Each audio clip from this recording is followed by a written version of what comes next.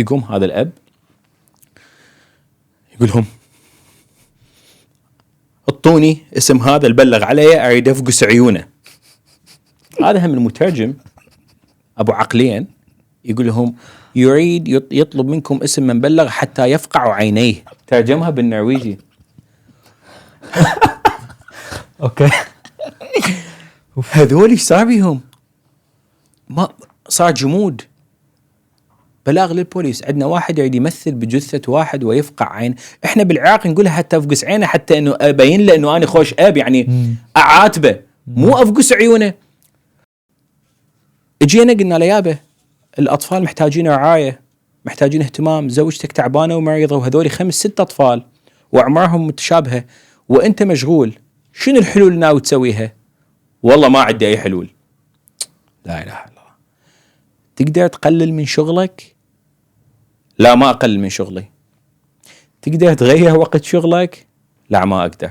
زين اعطيني حل شو اسوي؟ الام مريضه وتعبانه ومتبهدله والاطفال نتيجه قله الرعايه قاموا يصير عنف بيناتهم نقلوا العنف للمدرسه.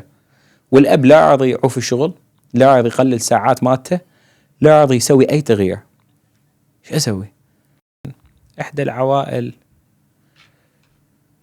تقوم عوائل من العوائل العفيفة الطيبة تقوم بتهم بالإبلاغ عن العائلة إنه الأب والخال والكذا قاموا بالاعتداء عليها اعتداء جنسي.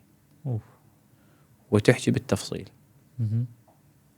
البرنابان من يجي هيج بلاغ المدرسة من يجي هيج بلاغ هذا يعتبر أعلى نوع من أنواع البلاغات. فياخذوه على محمل الجد. شلون انه يتواصلون مع البوليس وتتم عملية اعتقالات مباشرة.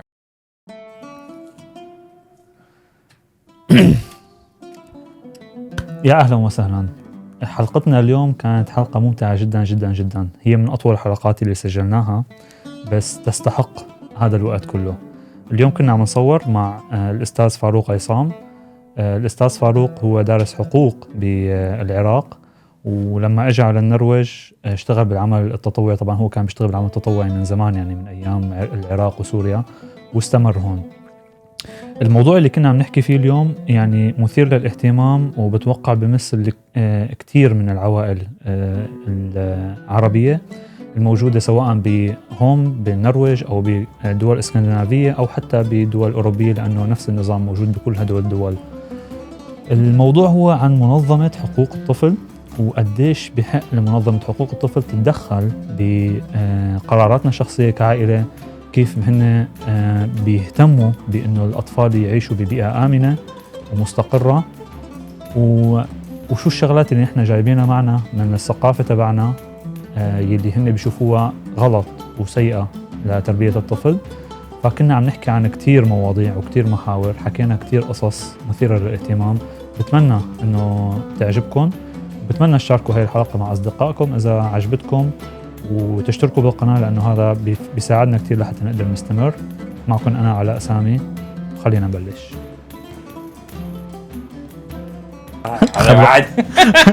تربانة. أوكي هسه إحنا سوينا البودكاست نزلنا.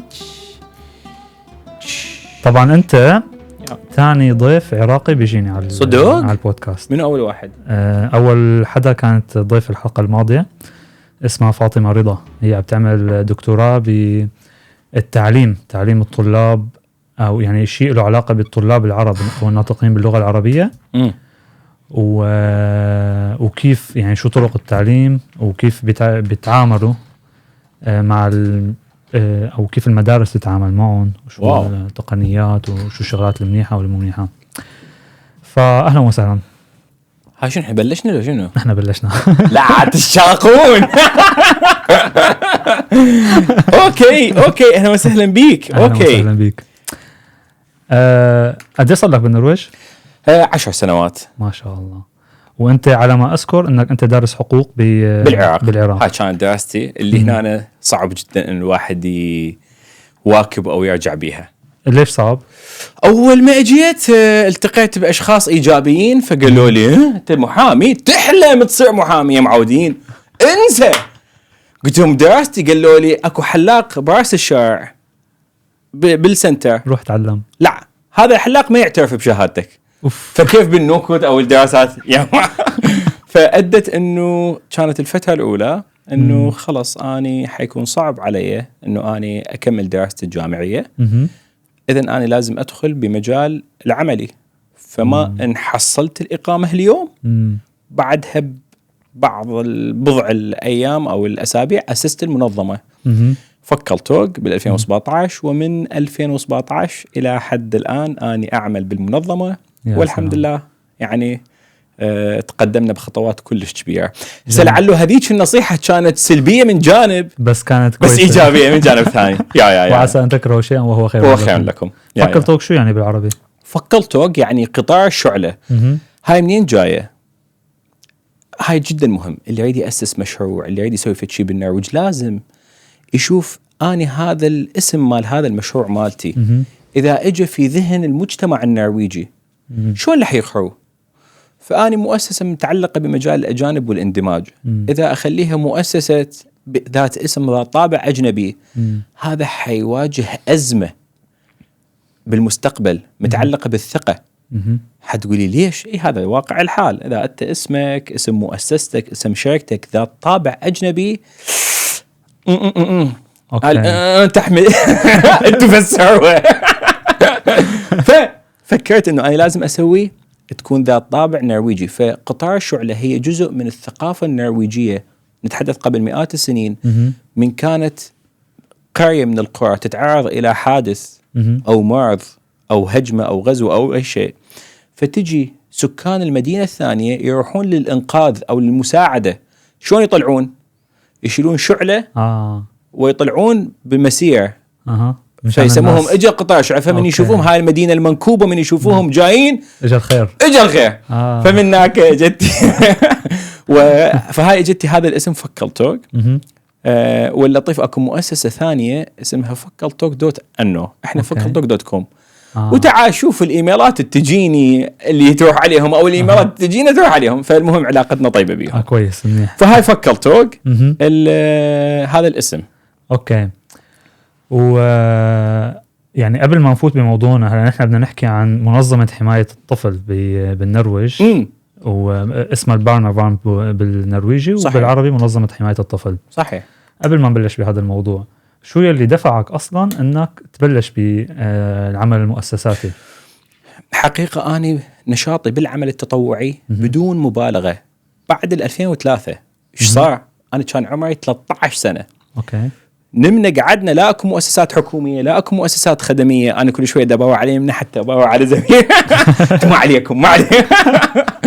فلا أكو مؤسسات خدمية لا حكومية لا وأنا شاب مراهق محب للعمل. فقمنا شو نسوي؟ أولاد المنطقة نطلع ننظف بالليل. الشباب الأكبر من عندي سنا يحمون المناطق فأنا حبيت هذا الشيء. بدأ بتنظيف. بعدها بدأ بتنظيم السير. أوكي. شرطي مرور يعني. وأنا أذكر في إحدى الأيام اللي أبويا كان يمنعني يقول لي أركز بالدراسة عوف هاي. وأني واقف لكم الظهر دا أمشي السيارات. وتعرفون يعني شاب صغير 14-15 سنة. فأحد خلينا نقول الخط مال السيارات أنا موقفه اللي تأخر كان أبويا بي. أوكي. واقفه فهو شافني واقف دا أمشي نزل خلني من نص الناس أصعد. فكنت أنا كلش مهتم بالعمل التطوعي لحين 2010 صار عمري 20 سنة.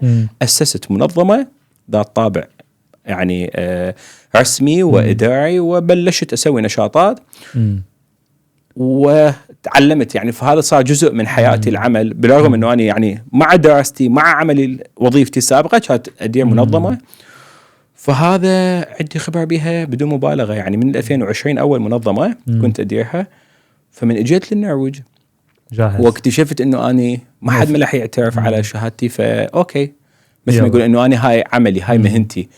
وهذا حكي كان بالعراق ولا بسوريا؟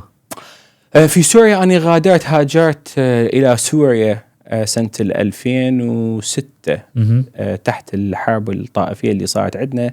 هسه واحد يقول لي حرب مو هسه كيف شو سميها أنا ما أختلف مع الجميع.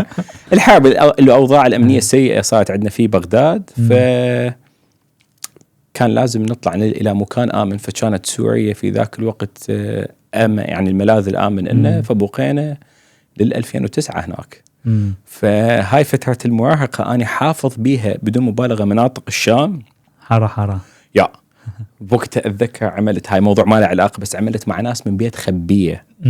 يعني كان لازم أشتغل أصلهم من دومة. أنا كلش مشتاق لهم.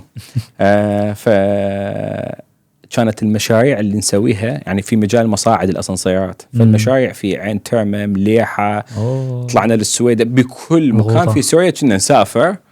فهواية كنت أعرف المناطق. واو. بدي أمسك هاي النقطة وبلش معك. يس. أنت قلت لي بلشت شغل عمرك 13 سنة. عمل تطوعي. هذا الشيء قانوني بالعراق؟ هو كانت ماكو حكومة أصلا. 2003 يعني ما عندنا أي شيء، فأنا واقفين ننظف المناطق، نصبغ الرحلات مال المدرسة، الأماكن، الكراسي، يعني هذا شيء. وكيف كان ردة فعل المجتمع؟ إنه والدي كان جدا، يعني عائلتي كانوا جدا داعمين محبين إلها. طبعا لحين ما شافوا إنه هاي قامت تاخذ وقت من دراستي الأكاديمية واهتمامي، بس المنطقة كانت كلش فرحانة وتحب هذا الشيء. يعني أنا كنت هذا الولد اللي تلقاني دائما موجود. مثلا من تهطل الأمطار تلقانا إحنا إيدن نجيب هاي المكان اللي تطلع المي من بيوت الناس. من يعني هاي الأعمال عظيمة جدا، الناس تحبها.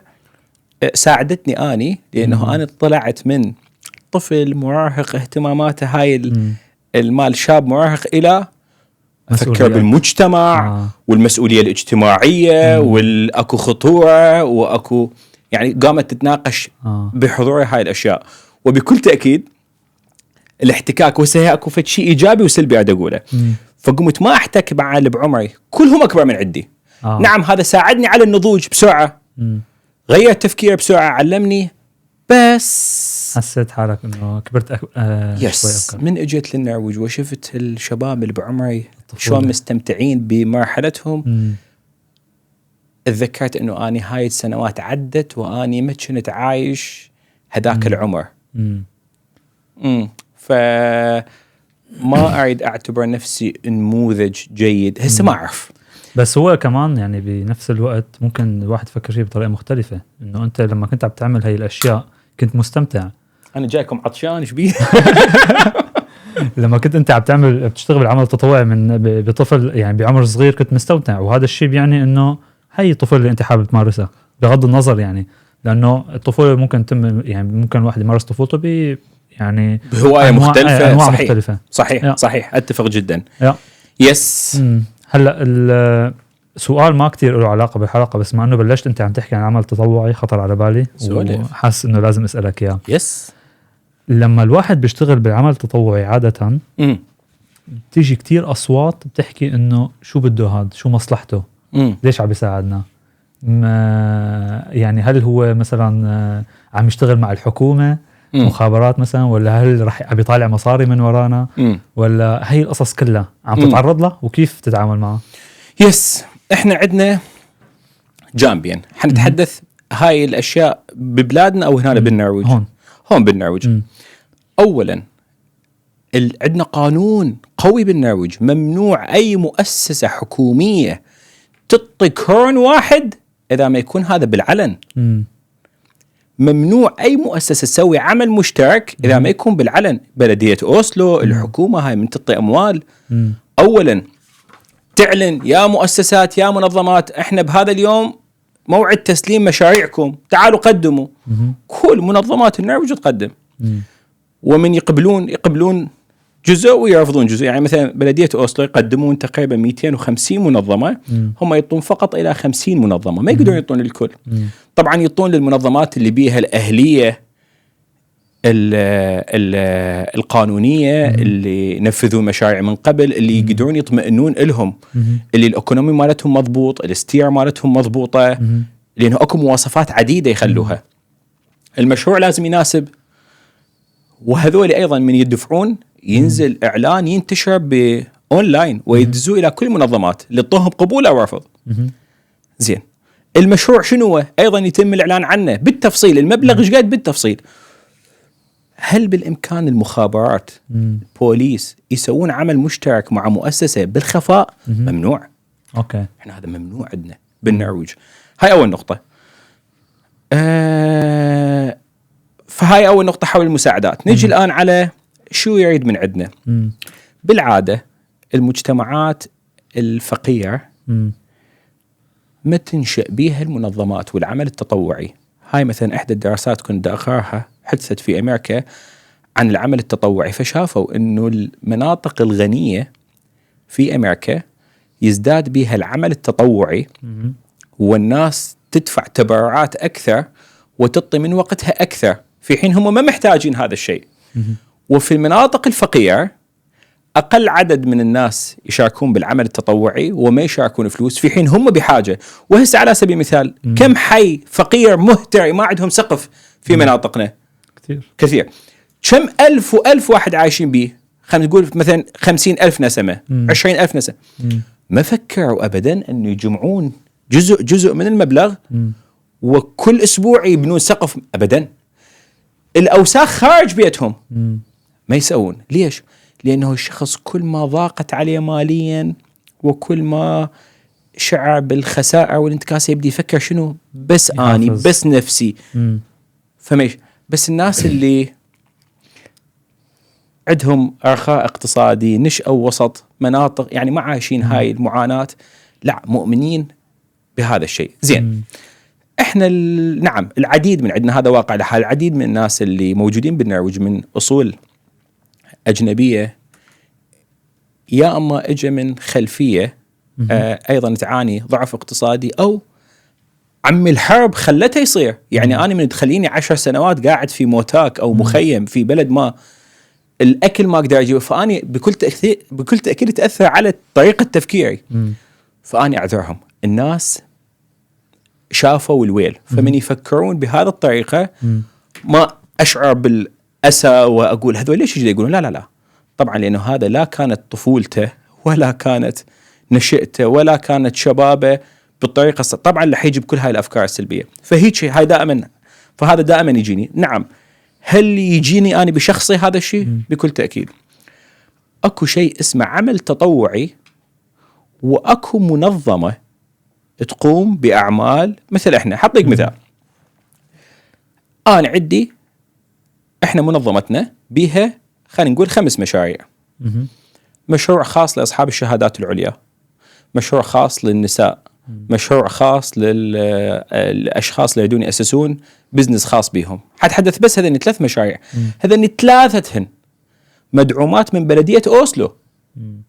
بلدية أوسلو ما تعطي هذا الدعم لأي مؤسسة إلا تكون بها الأهلية الكافية على كل الأصعدة، من ناحية حسابات، من ناحية الهستوريا، من ناحية مجلس الإدارة. وبلدية أوسلو تجي تتابع النشاطات. يعني ذاك يوم احنا وفد من بلدية أوسلو جا قعدوا أثناء النشاطات. زين.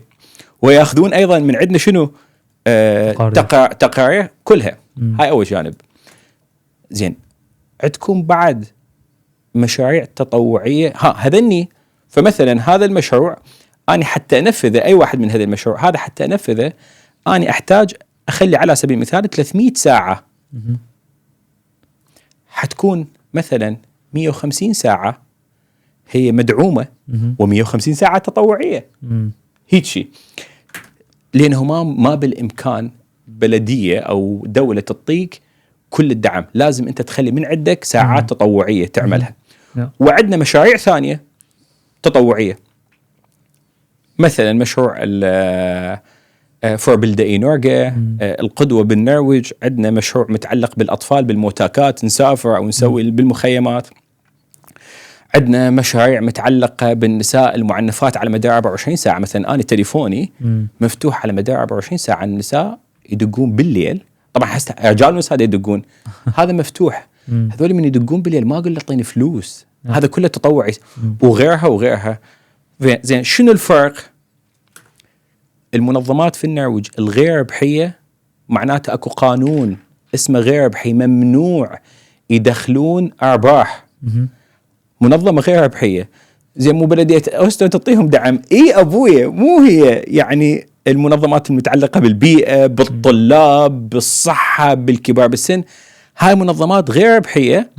زين منين يعيشون؟ منين ياكلون؟ منين يدفعون ايجار بيت وكهرباء ومكتب؟ المؤسسات الحكوميه تعطيهم دعم فيمشون بها عملهم. لا عاد شنو غير ربحيه؟ اني ما يصير اجيب تليفونات وابيعها. اوكي، اذا سويتها هو يصير منها، يعني اذا سويتها فتسمى شنو؟ لازم العائد يرجع للمنظمه. لازم العائد اولا يرجع للمنظمه، ثانيا تبدي تدفع سكات عليها لانه تحول الى بزنس. اوكي، زين هل يصير اني كفاروق اخذ من فلوس المنظمه واخليها بجيبي؟ الجواب ممنوع بالنرويج، وهاي كل الشديدين. يعني احنا من اكثر الدول اللي كورونا الواحد اذا طلعه لازم يكون موثق. فعلى سبيل المثال بالشيء يذكر، اني البارحه اشتريت بيتزا، كانت عندنا دورات فاشتريت بيتزا للحضور. فايش اسوي؟ اطلق صوره للكفيتيرنج بالضبط. ليش؟ لانه المحاسب حيجمع كل هذين الفواتير ويشوف طالع كروم بدون فاتوره. فمثلا بعض الاحيان انسى اخذ صور، بنهايه السنه ايش اسوي؟ تدفع من جيبك. لا ممنوع. انت ما دام طلعتها تجيب لنا الدليل توينه. فافتر على المحلات، ارجوك انا اشتريت من عندك بهذا التاريخ بهذا اليوم بهالقد. ممكن تفتح لي الحسابات، فهم يتعاطفون مع المنظمات، يفتحون السيستم ويدزوا لي اياها. وهاي دائما تصير بشكل، لانه تعرف بعاده تنسى. فهل بالامكان هل بالامكان اوضح اكثر حول هذا الشيء؟ بالنرويج مخابرات، هالاستخبارات، هالكلاوات كليتها ما بالامكان تحدث لانه كل شيء معلن. النقطه الثانيه، الاموال كرون واحد الطلعه ممنوع تاخذه. يذهب كرواتب نعم، كايجار كانترنت ممنوع. كل الدعم الحكومي معلن. فعلى سبيل المثال انا اذا سيرش واحد 5 دقائق اقدر اشوف اي منظمه بكل مكان بالنرويج منو نعطيه دعم، وش قد الدعم، وعلى شنو المشروع. ها هي اكو بعد نقاط. لا خلاص تمام. كفيت ووفيت. انا اسف بس حبيت اوضح لا كثير يعني انا اعطيتك وقتك لانه بحس انه هذا الموضوع كثير مهم، مو بس لك، يعني بالنسبه لكل المنظمات اللي عم بتحاول تعمل شيء، لانه دائما بيكونوا خايفين من هاي النقطه. وانا اعطي شيء صغير دعوه من خلالكم لاي منظمه بالنرويج. ارجوكم، انا حيصير لي شيء 8 سنوات اعمل بهذا المجال، اعرف كل اماكن الدعم، اعرف شلون يتقدم الدعم، عندي هوايه خبره اتمنى اشاركها معاكم. ما تحتاج تدق بابي، بس هيك اشلي، لا هي اغمز لي، قول لي تعال. انا لحجي. ليش؟ لانه اذا كثرت المنظمات وقوت وصار عمل تعاون بيناتها احنا نرتقي. لانه انا اقوم اساعد 10، انت تساعد 10، هو يساعد 15، كليتنا. بس اذا يبقى بس فاروق بالضبط ما راح احقق حبقه، وكانما اجذف مو بايد، باصبع واحد اجذف، فالقرار ما راح يمشي. فاتمنى شك واحد وحده عنده اهتمام يسوي منظمه باي مجال، بس تعال علي اساعدك بكل شيء. تمام. ومجانا. ننتهي لموضوعنا. منظمه حمايه الطفل. منظمه حمايه الطفل بالنرويج هي يعني بتوقع انه هي مصدر القلق الاكبر لكل العائلات الاجنبيه بالنرويج، او اللي بدهم يجوا على النرويج. صحيح. قبل ما نحكي بهذا الموضوع، اشرح لي شو هي منظمه حمايه الطفل؟ مين هن؟ اوكي، احنا في النرويج عندنا مؤسسه اسمها بوفدير. اوكي، هاي المؤسسه مسؤوله عن كل المؤسسات التعليمية والتربوية المتعلقة بالأطفال. أكو مؤسسة واحدة، يعني جزء اسمه البارنفان. هذول شنو شغلتهم؟ شغلتهم يتأكدون أنه الأطفال دا يتلقون رعاية جيدة. هاي مهمتهم. زين، حتى يبدأ عملهم هم قاعدين بمكاتبهم، شلون يجي قاعدين وفرحانين ودا يشتغلون. حتى تبدي مهمتهم لازم تجيهم رسالة قلق. هذه رسالة القلق توصلهم، سواء تكون من الطفل نفسه، من الجوارين، من أي واحد بالشارع، الطبيب، المدرسة، أيا كان، من توصلهم يقرأوها يشوفون مدى خطورتها. وهاي نقطة مهمة. وكل الرسائل اللي توصلهم من ناحية قانونية يجب أن تؤخذ على محمل الجد، حتى لو يعرف أنه هي تل أو هي مو صادقة، مزح آسف، حتى لو يعرف أنه هي مزح، لازم ياخذها على محمل الجد. زين، من تبدي فأنا أشوف خطورتها، بناء على خطورتها يبدي التعامل، يبدي الأكشن.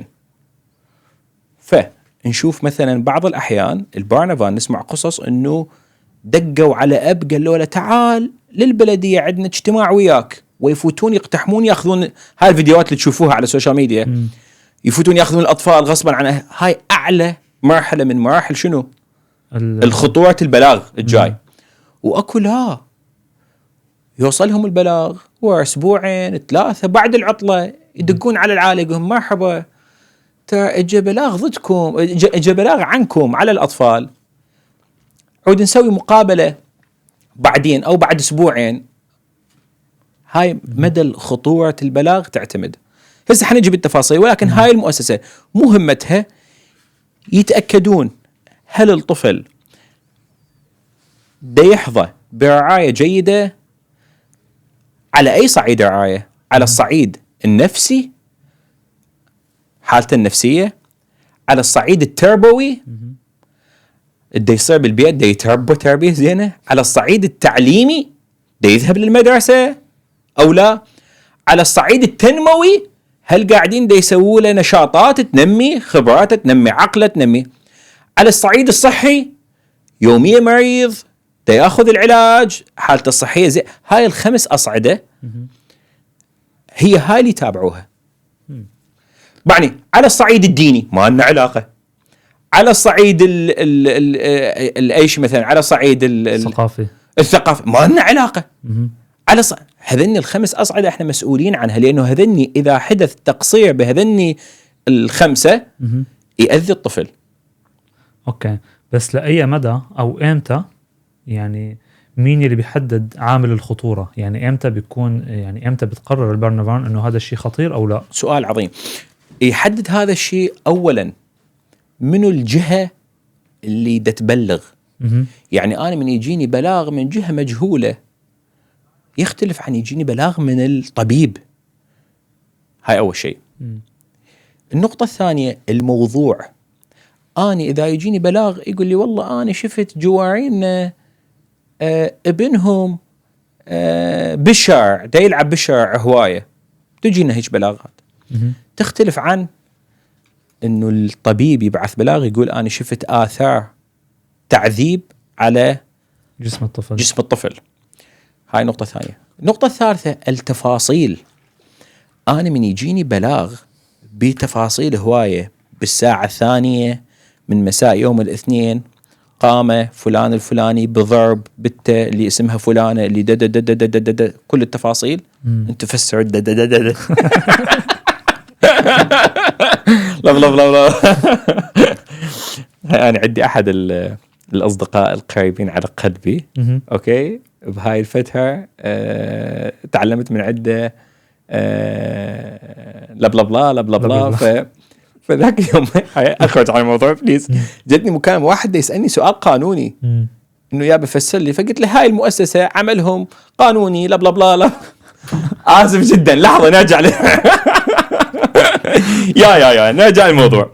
فالتفاصيل الموجودة هاي جدا مهمة ياخذوها. يعني فرق بين أنا شفت واحد واقف وفرق بين واحد يعطي تفاصيل. النقطة اللي بعدها نوع الاعتداء. يعني أنا إذا طفلة وأقول إنه بابا أخذ من عندي الكمبيوتر وأنا دا أشعر بعدم الارتياح بالبيت، تختلف عن إنه أنا بابا لزمني بهاي الأماكن وسوالي كذا وكذا. اعتداء. هاي الأشياء بالإضافة إنه هذين الأشياء اللي تحدد الخطورة بشكل، يعني هذين الأعلى، هذين الأهم. هذين الأهم.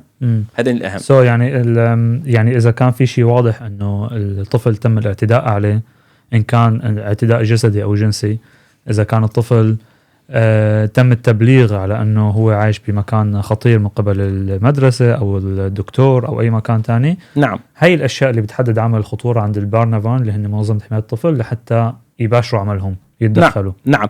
نوع تفاصيل الجهة، النوع التفاصيل الجهة، النوع التفاصيل الجهة، شنو نوعية التحرش، شنو نوعية البلاغ، التفاصيل الموجودة، اكو تفاصيل او لا، الجهة اللي مبلغة. في بتتذكر شيء ممكن تشارك معنا شيء قصة مثلا تعرفها؟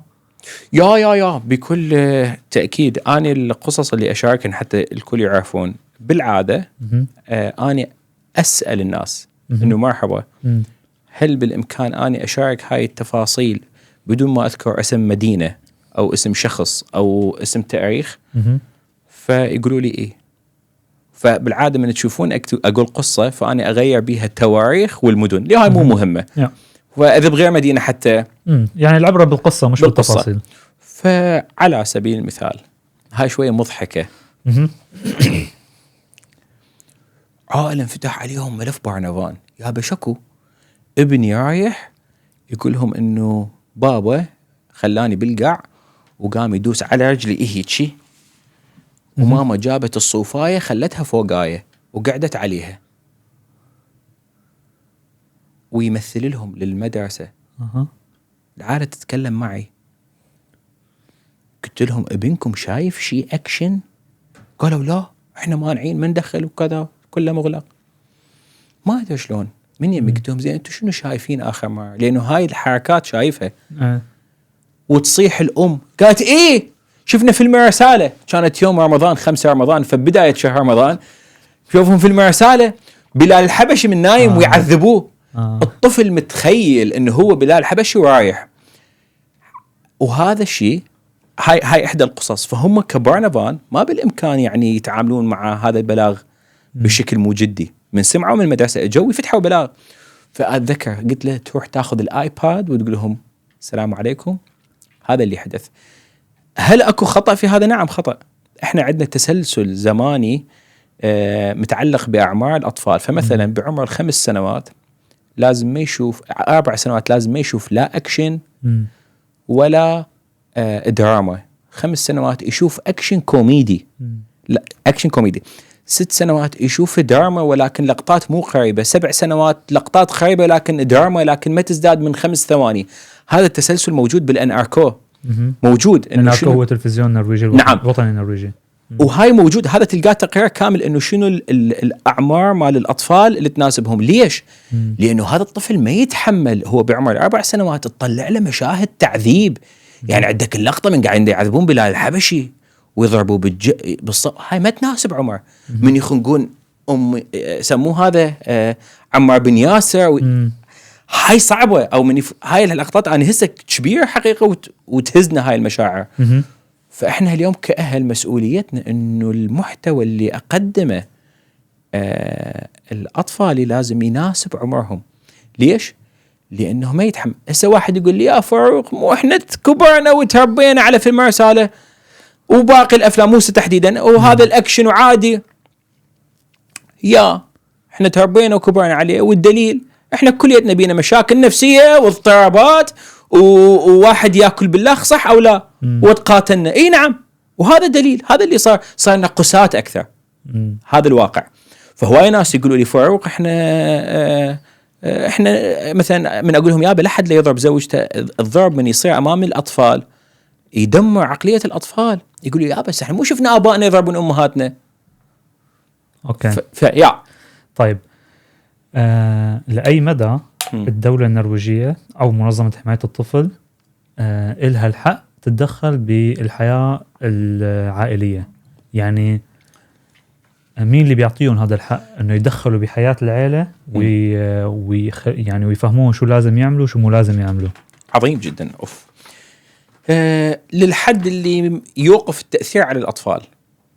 مين يلي أعطى هذا القانون؟ نعم، أنا اليوم كمؤسسة حماية الطفل القانون النرويجي يعطيني الحق أنه أني أتأكد تتأكد انه هذا الطفل دا يعيش حياة طبيعية.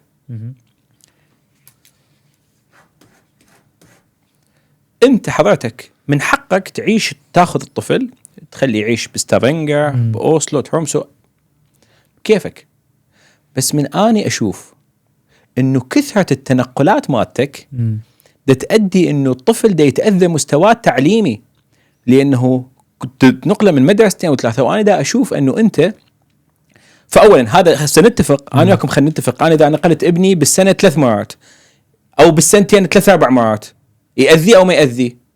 يعني ممكن يأذي، رح يفقد اصدقائه، حيدخل من مدرسة، هذا يأذي مستواه التعليمي.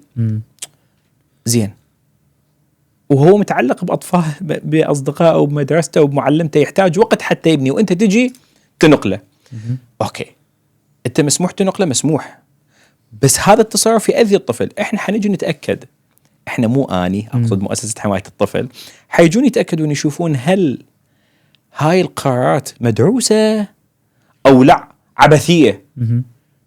هل هاي القرارات انت خليتها يعني اجت رغما عنك، او لا والله احنا خلينا ننتقل، لا والله ما عجبنا خلينا نرجع. هاي شو زين، اذا كانت مدروسة وصارت غصبا عنا، حيسألوك سؤال، شنو اللي سويته حتى انه هذه تعالج الطفل او تدعم الطفل؟ حتقول والله نعم احنا سوينا، فقمنا احنا نركز نسوي نشاطات اضافيه للطفل، ندعمه، نحاول نتوقف معاه، خلينا انه علاقته تزداد يعني سوينا اكشن حتى ندعم الطفل. اما اذا والله اجوني انا انتقلت 3 مدارس، ايش سويت للطفل؟ والله كل شيء ما سويت. ليش انتقلت؟ والله ما اعرف، قال لي انا حبيت هاي، ضجت من هالمدينه، رحت هناك ما عجبتني، وما حصلت شيء فرجعت. زين، انت خال الاطفال في حسبانك؟ لا والله ما خالهم. اوكي، فهنا يتدخلون في حين هو الموضوع انتقالك من مكان الى مكان. هسه حطيك في شيء بعد اكثر شخصي، موضوع هذا شو يسموه، هذا نسيته، اللمبه مال الدخان، جهاز الانذار. جهاز هسه بيتك وجهاز انذارك، شو علي يعني بيه؟ على شنو اتدخل؟ من يجي موظف البلديه ببيتي، هذا سيناريو، اجى موظف البلديه دا يصلح شيء، انا كنت ناسي الطبخ، صعد دخان ما اشتغل، فقال موظف البلديه هذا ليش طافي؟ عبودي قال مو ماما تشرب نرجيله تدخن شيشه فحتى تطفي. هذا راح بلغ البرنفان. السؤال، البيت بكيفي، بيتي ادخن بيه بكيفي، انا دا ادخن من الاطفال نايمين او من طالعين بكيفي، لعد على شنو يدخلون البرنفان؟ ما دام انت اتخذت قرار انك تطفي جهاز الانذار على نفسك انت بكيفك، تريد تنتحر روح انتحر، بس اكو اطفال يتاثروا، فهذا من المحتمل انه يصير حادث وانت نايم وتختنقون او والاطفال يتاذون. فما دام هذا متعلق بصحه الاطفال، حالتهم الصحيه، فاذا انا اتدخل. فكل شيء متعلق بالاطفال بهاي النقاط انا اتدخل، القانون نعطيني الحق. فهاي الحدود. اما مثال اخر انهبي هذا الجواب، زوج وزوجته عندهم خلافات، هو اكو زوج وزوجه ما عندهم خلافات؟ كلهم عندهم خلافات، هي هاي طبيعه الحياه. بس من تكون هاي الخلافات تأثر على الأطفال، بحيث الطفل ما يريد يرجع للبيت، أو الطفل دا يشعر بالخوف، أو الطفل دا يشعر بالحزن، أو الطفل هاي تتأثر شنو حالته النفسية، أو الطفل قاعد دا يشوف عملية ضرب أب وأم. أنتوا تريدون تتعاركون بيناتكم، روحوا تعاركوا، أنا ما لي علاقة. بس من يوصل تأثير على حالة الطفل أنا أتدخل. زين، شو أسوي؟ أتدخل هسه بعدين نجي انه شو اسوي، حنجيها بسؤال اخر، بس هاي الحدود. انت وقفني انا احكي هوايه. لا منيح، انا يعني مستمر معك لانه الحكي اللي عم تحكيه مهم. قبل ما نحكي على انه كيف نعالج هاي الامور، هذا طيب، ما عندكم لفه جبن؟ هلا بوصي لك. الو، اعمل له سندويشة جبنه. فقبل ما يعني نحكي بموضوع انه كيف نحن بنحل هاي القصص، بدي ركز على نقطه وانهي فيها يعني هذا النقاش. كتير مثل ما حكيت أنت بالبداية أنه في كتير إشاعات وكتير فيديوهات بنشوفها على السوشيال ميديا أنه خطفوا لي ابني، إيش أخذوا يعني عم يخطفوا الاولاد مشان لانه يعني مثلا واحده من الاشياء السيناريوهات اللي انا بشوفها على السوشيال ميديا انه اوكي النرويجيين ما عم يجيبوا اولاد وبدهم اولاد ومشان هيك نحن بس نجيب بياخذوا اولادنا مشان هن يربوهم. انت ابنك ميسي؟ ها انت ابنك ميسي؟ والله ما بعرف لسه ما اجاني ولا ميسي. لا هو سؤال، هل انت ابنك ميسي؟ لا بس انه يعني انه الناس لما بيروح هلا خليني بس افكر بالحاله النفسيه تبع العائله. زين لما العائله بتيجي البارنافان هي منظمه حمايه الطفل وبتقول لهم يا اخي انتم ما عم تعرفوا تعاملوا مع ابنكم، نحن بدنا ناخذه نربيه نحن لانه انتم ما بتعرفوا تربوه. تمام. هذا الشيء اللي نحن بيصلنا من السوشيال ميديا. اوكي تمام. فيعني بتوقع انه حتى لو العائله مخطئه بحق الطفل هاي ردة فعل طبيعيه بالنسبه لهم. بس الشيء اللي مهم نحن لازم نوصل هل هاي حقيقه او لا في دول حلقه؟ بالضبط. في يوم من الايام انا فاتح تيك توك قاعد دا اباوع توك بث مباشر. اقسم بالله اكثر من 1300 شخص قاعد يباوع يشوف الفيديو، يباوع يشوف او يشاهد باللهجه العراقيه. فدا يشاهدون البث 1300 واني شفت الحساب اللي قاعد دا يحكي القصه مالته. اني ما اعرفها من خلال انه هي يعني انا ما يعني انا اتابع قضيتها. هذا الشيء مؤلم.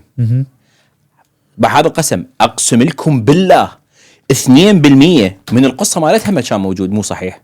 واو. انا لا استطيع اشارك اقول تكذبني وانا ملتزم بموضوع السريه، لا استطيع الومها، لا ما اقدر. طلعت لوك زين. ليش؟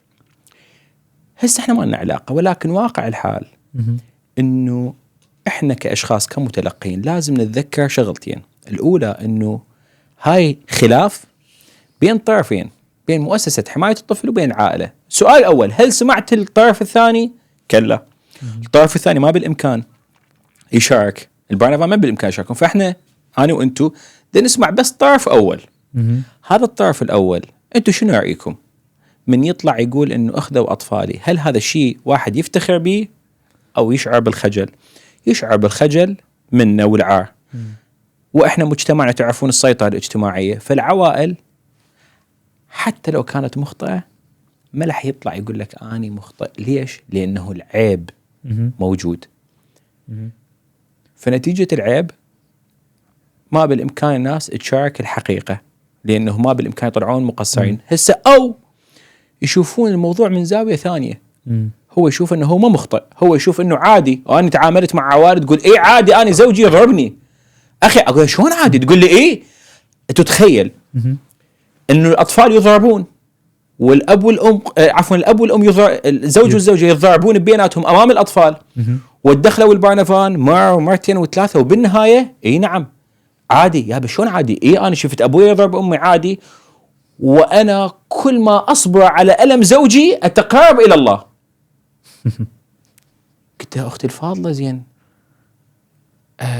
فانا هسه اذا اريد اقنعها انه هذا غلط لازم ادخل مفهوم، اغير مفهوم ديني. فهي تشوف انه هذا صحيح وطبيعي وعادي. البارنافان يشوفوا لا هذا غلط وده يدمر الاطفال وحالتهم النفسيه. فهذا قاعد يصير. زين اني كشخص عملت مع اكثر من 1700 عائله من كل النرويج، كلهم ناطقين باللغه العربيه.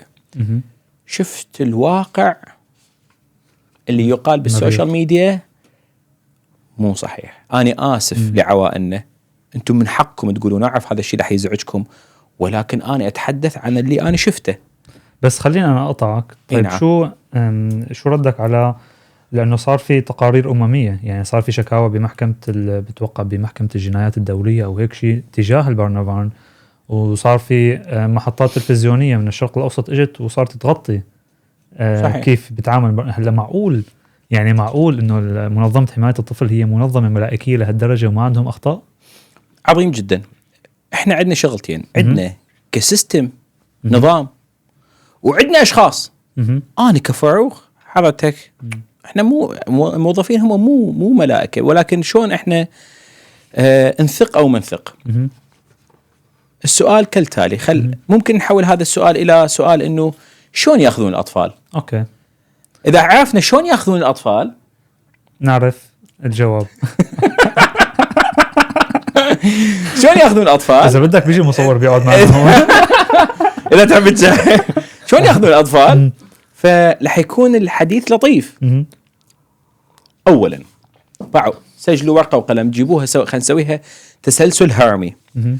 اولا احنا عندنا الملف شقين، القضايا الخطر والقضايا المو خطر. عوف القضايا الخطر، حنجي على القضايا الاعتياديه اللي هي 98% من القضايا. بدخن بالبيت، كل هالسوالف، دا ينام بالصف، يعني في ضرب اخته قالت كذا. هاي القضايا كليتها. اولا يجينا بلاغ، هاي اول خطوه، اول مربع يجينا بلاغ.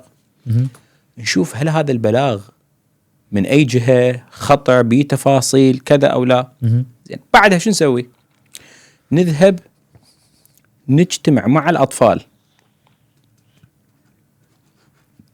رقم 2، احنا من نجتمع مع، يعني مثلا يجيني بلاغ انه الطفل يقول اني دا انضرب، اي من حروح اذهب مع الطفل، ما اقول له اي بالله احكي لي منو ضربك؟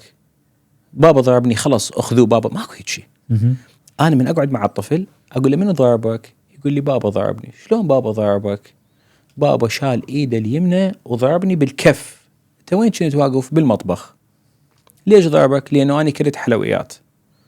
يلعب مع الموظفين بارنفان، يلعبون ورا شوي، يقول له بابا من ضربك بوكس على ظهرك، انت تاذيت؟ الكذاب الطفل حيقول ايه تاذيت وقام. الصادق حيقول لا لا لا ضربني كف. ويغيرون بالسيناريوهات، يعيدوها باكثر. بعدها يقول له تعال ارسم. من الوان الطفل اللي حيختارها يشوفون هل دا يتعرض لحاله ضغط نفسي او لا. هل دا يعني هذول المختصين النفسيين حتى بالامكان يشوفون هل الطفل دا يتعرض للاعتداء الجنسي من خلال اللوحه. طريقه لعبه، الالعاب اللي دا يختارها، الالوان، حتى طريقه مشيه. يشوفون سلوكه كله يقيدوه. هاي النقطه الثانيه. النقطه الثالثه، هذا الستيب، يتكلمون مع منو؟ العائله. يحجزون يتكلمون مع العائله، يقولون تعالوا تفضلوا. سمعوا مع العائله، شافوهم، سألوهم كل هاي الاسئله، شافوا ردة فعلهم. انا كذلك اليوم من يجيني شخص عصبي ويطب لي على الميز ويصيح وانفعالي. الميز يعني الطاوله. اوكي، كوش للهجة. فما رح تكون نفس الفكرة إذا كان جالس هادئ ومبتسم ويحاور بطريقة اعتيادية ومحترمة. فحاخذ انطباع وأخذ معلومات أيضا. النقطة اللي بعدها، حطلب بهذا الاجتماع من عندهم يوقعون على ورقة. هذه الورقة تتيح إلي أنه أني أذهب وأسأل، أخذ ملفهم وأسأل عنهم بمؤسسات الدولة. سنقدر نجي نوقع أو ما نوقع عليها. فمن يوقعون هذول اللي حيروحون يسألون الناف، البلدية، المدرسة، شوف منو هاي المؤسسات. هذول كلش مسجلين، الطبيب، هذول كلش مسجلين على صعيد سنوات. اكو ملف عندهم. يعني احدى القضايا الطبيب حتى مسجل انه الام كانت من تجي الطفل يلعب والام تقعد تلعب بالتليفون. هالتفصيله مسجلها. اكو طبيب ثاني مسجل انه دائما كانت تجي متاخر 5 دقائق. الطبيب هاي مسجلين. فاني اللي حشوف هاي الهستوريا. بعدها فصارت عندي شنو؟ اقوال العائله، الاطفال، مؤسسات الدوله. وانا اعتقد ماكو مشكله بيني وبين مؤسسات الدوله. يعني منو انت حتى تصير عندك مشاكل ويا الطبيب والبلديه؟ او لهذا السبب نقول دائما خلي علاقتك طيبه مع سوي سمر بيد، عمل مشترك مع مؤسسات الدوله. زين، نجي الخطوه اللي بعدها.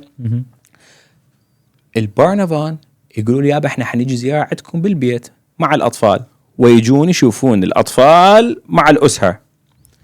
هنا هذا لقاء عظيم. ليش؟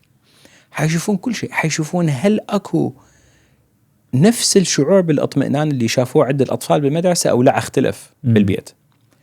حيشوفون كل شيء. يعني مثلا اذا اني كنت متعلمه اصيح له لك عبودي، لك كذا كذا منك، تعال اكل. اذا اتعامل هيك مع ابني ومن يجوني بارنفان اقول له عبودي تعال اكل، حتى عبودي حينصدم، يقول شو حتى حتى هو شكو هذا يلاحظوه. اوكي، فحيجون يشوفون مو بس هيك، يشوفون الاحتكاك الجسدي باعوا. اذا عبودي مضروب من ابوه فهذا ابوه، عبودي ما يفوت هيك بصفه، عبودي شو يسوي؟ يضرب قوس يبتعد. حتى حنشوف عبودي ما يفضل اللعب بالاحتكاك الجسدي. انتم مضروبين من قبل، شوفوا مشاعركم من كنتوا تفوتون يم ابوكم، او انت شوف اذا انت تضرب اطفالك، شوف اطفالك يفضلون الاحتكاك الجسدي او لا. هسه هاي شغلتين. وبعد قضايا كلها يشوفون هل هذا الطفل نفسه اللي كان هناك او لا. اوكي، ومن ثم رح يلاحظون سلوك العائله مع الطفل، شلون دا يتعاملون، اكو اشياء خطا اشياء صح، شلون يغيروها. من ثم حيجتمعون مع باقي الاطفال. يعني هاي نقطه عظيمه. انا هاليوم اقول انه بابا يضربني، انا عمري 7 سنوات، بس بنفس الوقت عندي اخ 8 سنوات واخت 9 سنوات واخت 12 سنه. وانا جيت سالت هذول الاطفال وقالوا لا بابا ابدا ما ضرب. هذا يختلف عن انه الكل يجتمعوا يقولوا ضربنا في دول حلقك. انت شو تشتغل بالبر؟ طبيب نفسي. هذا حبيبي انت عندك 4 اطفال دا يجزمون، دا يحكوا لي نفس التفاصيل اللي صارت في ذاك يوم، يختلف عن انه طفل دا يكذب.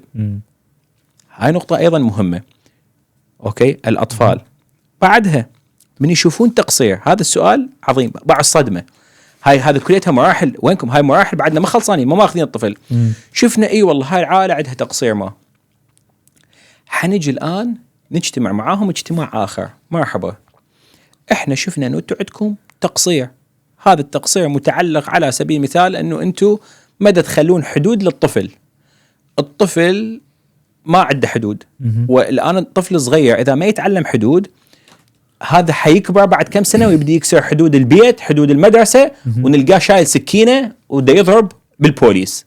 فلازم انتم تتعلمون تخلوا له حدود. الان انتم ما تعرفون، دا نشوف انه هو دا يسوي كل شيء. فاحنا عندنا اقتراحات. اولا ندخلكم كوش، ندخلكم دور، ندخلكم نجيب موظف من البرنابان يزوركم مرتين بالاسبوع، مره بالاسبوع.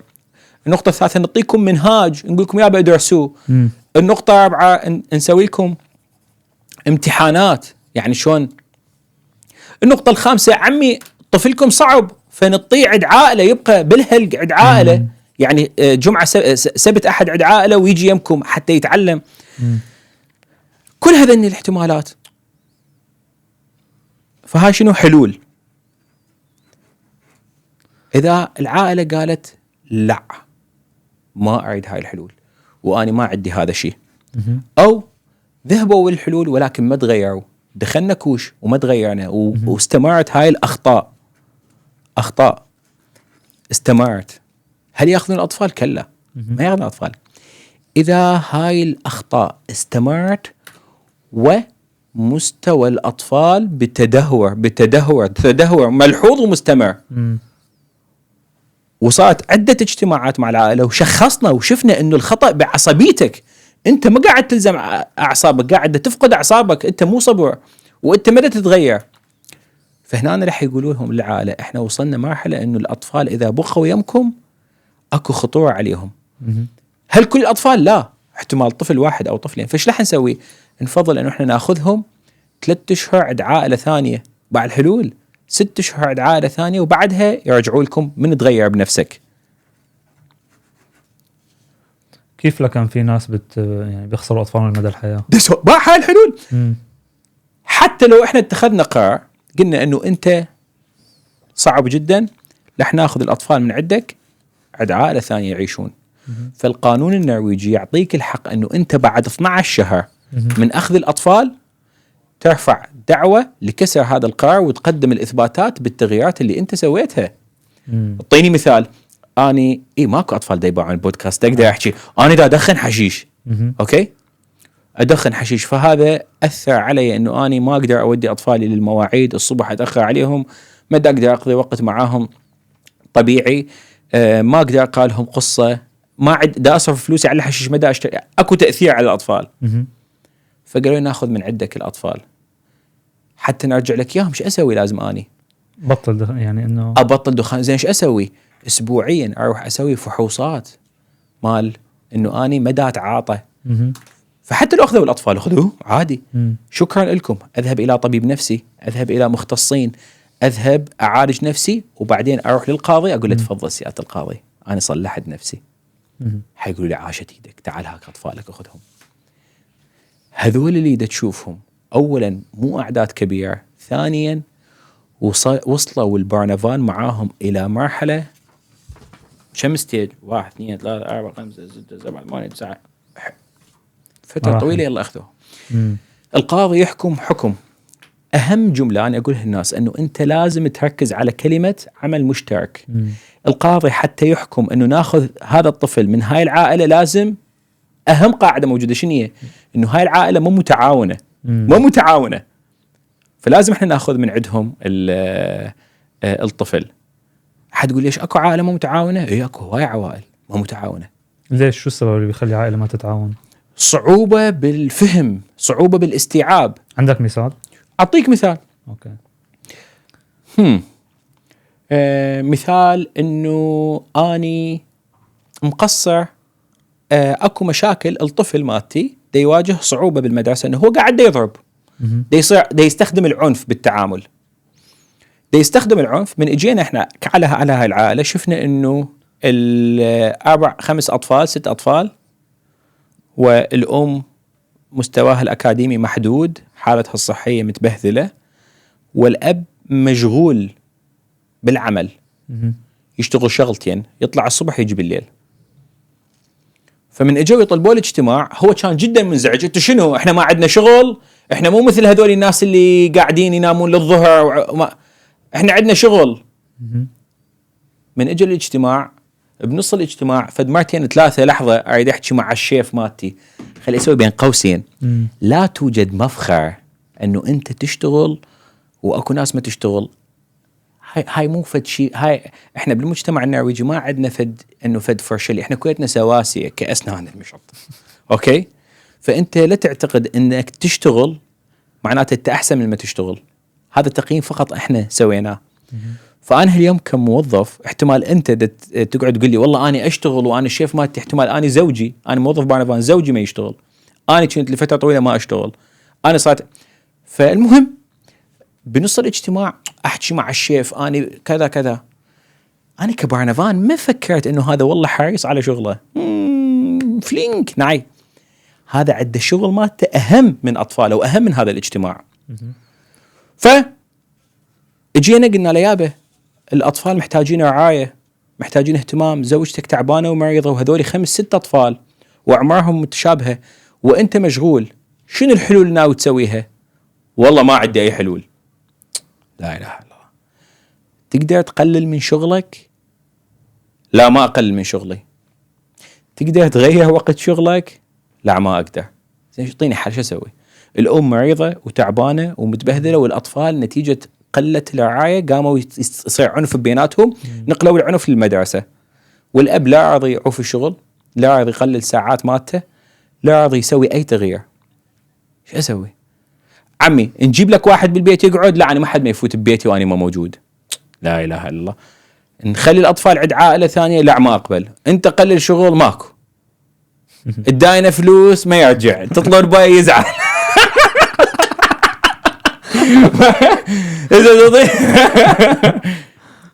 فأنا كبارنابان هنا أنا لازم أبدي أخطو خطوات جدية، لأنه أنت ما متعاون. مثلا اوكي انت شايف هذه اداينا فلوس. ما داينه يزعل مني. ما داينا اداينا تضرب بيها يزعل. طيب يعني كنت عم بسأل وفي حدا من الناس قال لي بدك كرت ذاكرة؟ اوكي. فكنت عم بسأل انه يعني شو الأسئلة اللي ممكن تخطر على بال حدا لما بيحكي عن البارنابان. فواحدة من الصبايا قالت لي يعني هن من كتر الضغط وهذا الموضوع يعني دائما بارنابان وديروا بالكم على أطفالكم ولازم تعاملوهم بالطريقة الفلانية ولازم ما تعملوا معهم هيك ولازم تعملوا معهم هيك. ونحن يعني قالت لي الناس وصلت لمرحلة ما عاد يعرفوا كيف يربوا أطفالهم. يعني أي شيء من كتر الستريس أي شيء بدهم يعملوه مع أطفالهم صاروا يخافوا منه. هل هذا شيء جيد ولا سيء؟ سيء جدا. ف يعني هذا الشيء بيورجيك انه كمان هاي المنظمه عم بتشكل هي كمان عامل سيء مش عامل جيد على المجتمع. نعم. شو رايك؟ هسه نقدر نفتح هذيك الباب، مثل هاي المثال ما راح نسويها. واذا صحنا هذيك المرأة النرويجيه قلنا تعالي اطفالك يعرفون شيء اسمه بارنافان اسالوهم، يقول لك لا. انت تفكر بهم؟ يقول لك لا. هل البارنافان يدزون رسائل يقولون ها اوعك انا هون اوعك ولك انا ما يسوون هذا الشيء؟ هو احنا نسوي هاي الهاله لنفسنا. اخي انا عندي 5 نقاط. اكو تاثير على حالته الصحيه، على حالته النفسيه، على حالته التعليميه، على حالته التنمويه، على حالته ماكو تقصير. اسوي لي اسويه. اذا طلعت على خطا في يوم من الايام وانفتح ملف، اهلا وسهلا اهلا وسهلا. اكو هاي كم نقطه احنا عندنا؟ كم نقطه هاي سويناهن؟ 12. معذره انا اسف، ارجوك اقدر ارجع لو ما خلصت هنا ممكن ارجع؟ تفضل. اهم نقطه انا ما اعرف شلون تسويها بالمونتاج. لا ضل مثل ما هي. انا اسف. تدري شنو؟ بعد ما وصلنا للقاضي انت كأب وام عندكم محامي، والاطفال عندهم محامي يمثلهم، والبارنافان عندهم محامي، وعندنا قاضي عادل. اوكي، هذا القاضي يحكم يقول نعم اخذوا او زين، والمحامي مالتك ايش راح يسوي اذا كانوا هم مخطئين؟ هم طبعا اكو تفاصيل اكثر. هذولي موظفين البارنافان حتى يصعدون القضيه للمحامي، هو مو هذا الموظف وحده. انا دا اسوي هيك حتى يعني ابين انه هو واحد يصعد للقاضي. هذا يذهب الى منو؟ مدير تبعه. مدير تبعه يطلع له بتقرير. المدير تبعه يطلع لمدير البارنافان بهذيك المدينه. يطلعون تقرير الى اكو شيء اسمه شو يسموها مجلس الاطفال بالفلكس بالمقاطعه. يصعدون تقرير الى حاكم المقاطعه. حاكم المقاطعه يتخذ قرار، وهو هم خبر ما يعرف ايضا عنده مستشارين او يحكم. فاحنا قبل ما ينأخذ الاطفال تدري كم واحد حيشرف عليه ويطلع عليه؟ ما عندنا هيك شيء انه والله هذا الموظف يتخذ قرار بناء على الكل. فانا اسف نرجع. انا هاليوم يا اما اعرف اربي او ما اعرف اربي، الاثنين مو غلط. اذا اعرف اربي عظيم، عاشت ايدك. منين تعرف؟ منين تعرف تربي؟ والله مو على ابويا وامي. متاكد هذا الشيء صحيح؟ زين. اذا ما تعرف، سويت فد شيء تتعلم، دخلت كوش تابعت احد على اليوتيوب، عادي جدا. زين. اذا ما تعرف تربي، حطيكم مثال صادم. انتظر بالمثال لحد ما في الكاميرا الثانيه تسكر. الكاميرا الثانيه حلو. في احدى الايام اجت البارنافان عند عائله. انتوا تخيلوا بعض الصدمه. وقاعدين ام ل7 اطفال، والله اسمها ما تقدر تكتبه. فقاعدين، قامت الطفله تمشت راحت على الدفايه، قامت هاي الام لزمت الطفله ضربتها، والبارنافان قاعدين. قالوا هاي ايش سويتي؟ قلت لهم ايد دا اقول لها انه هذا خطر.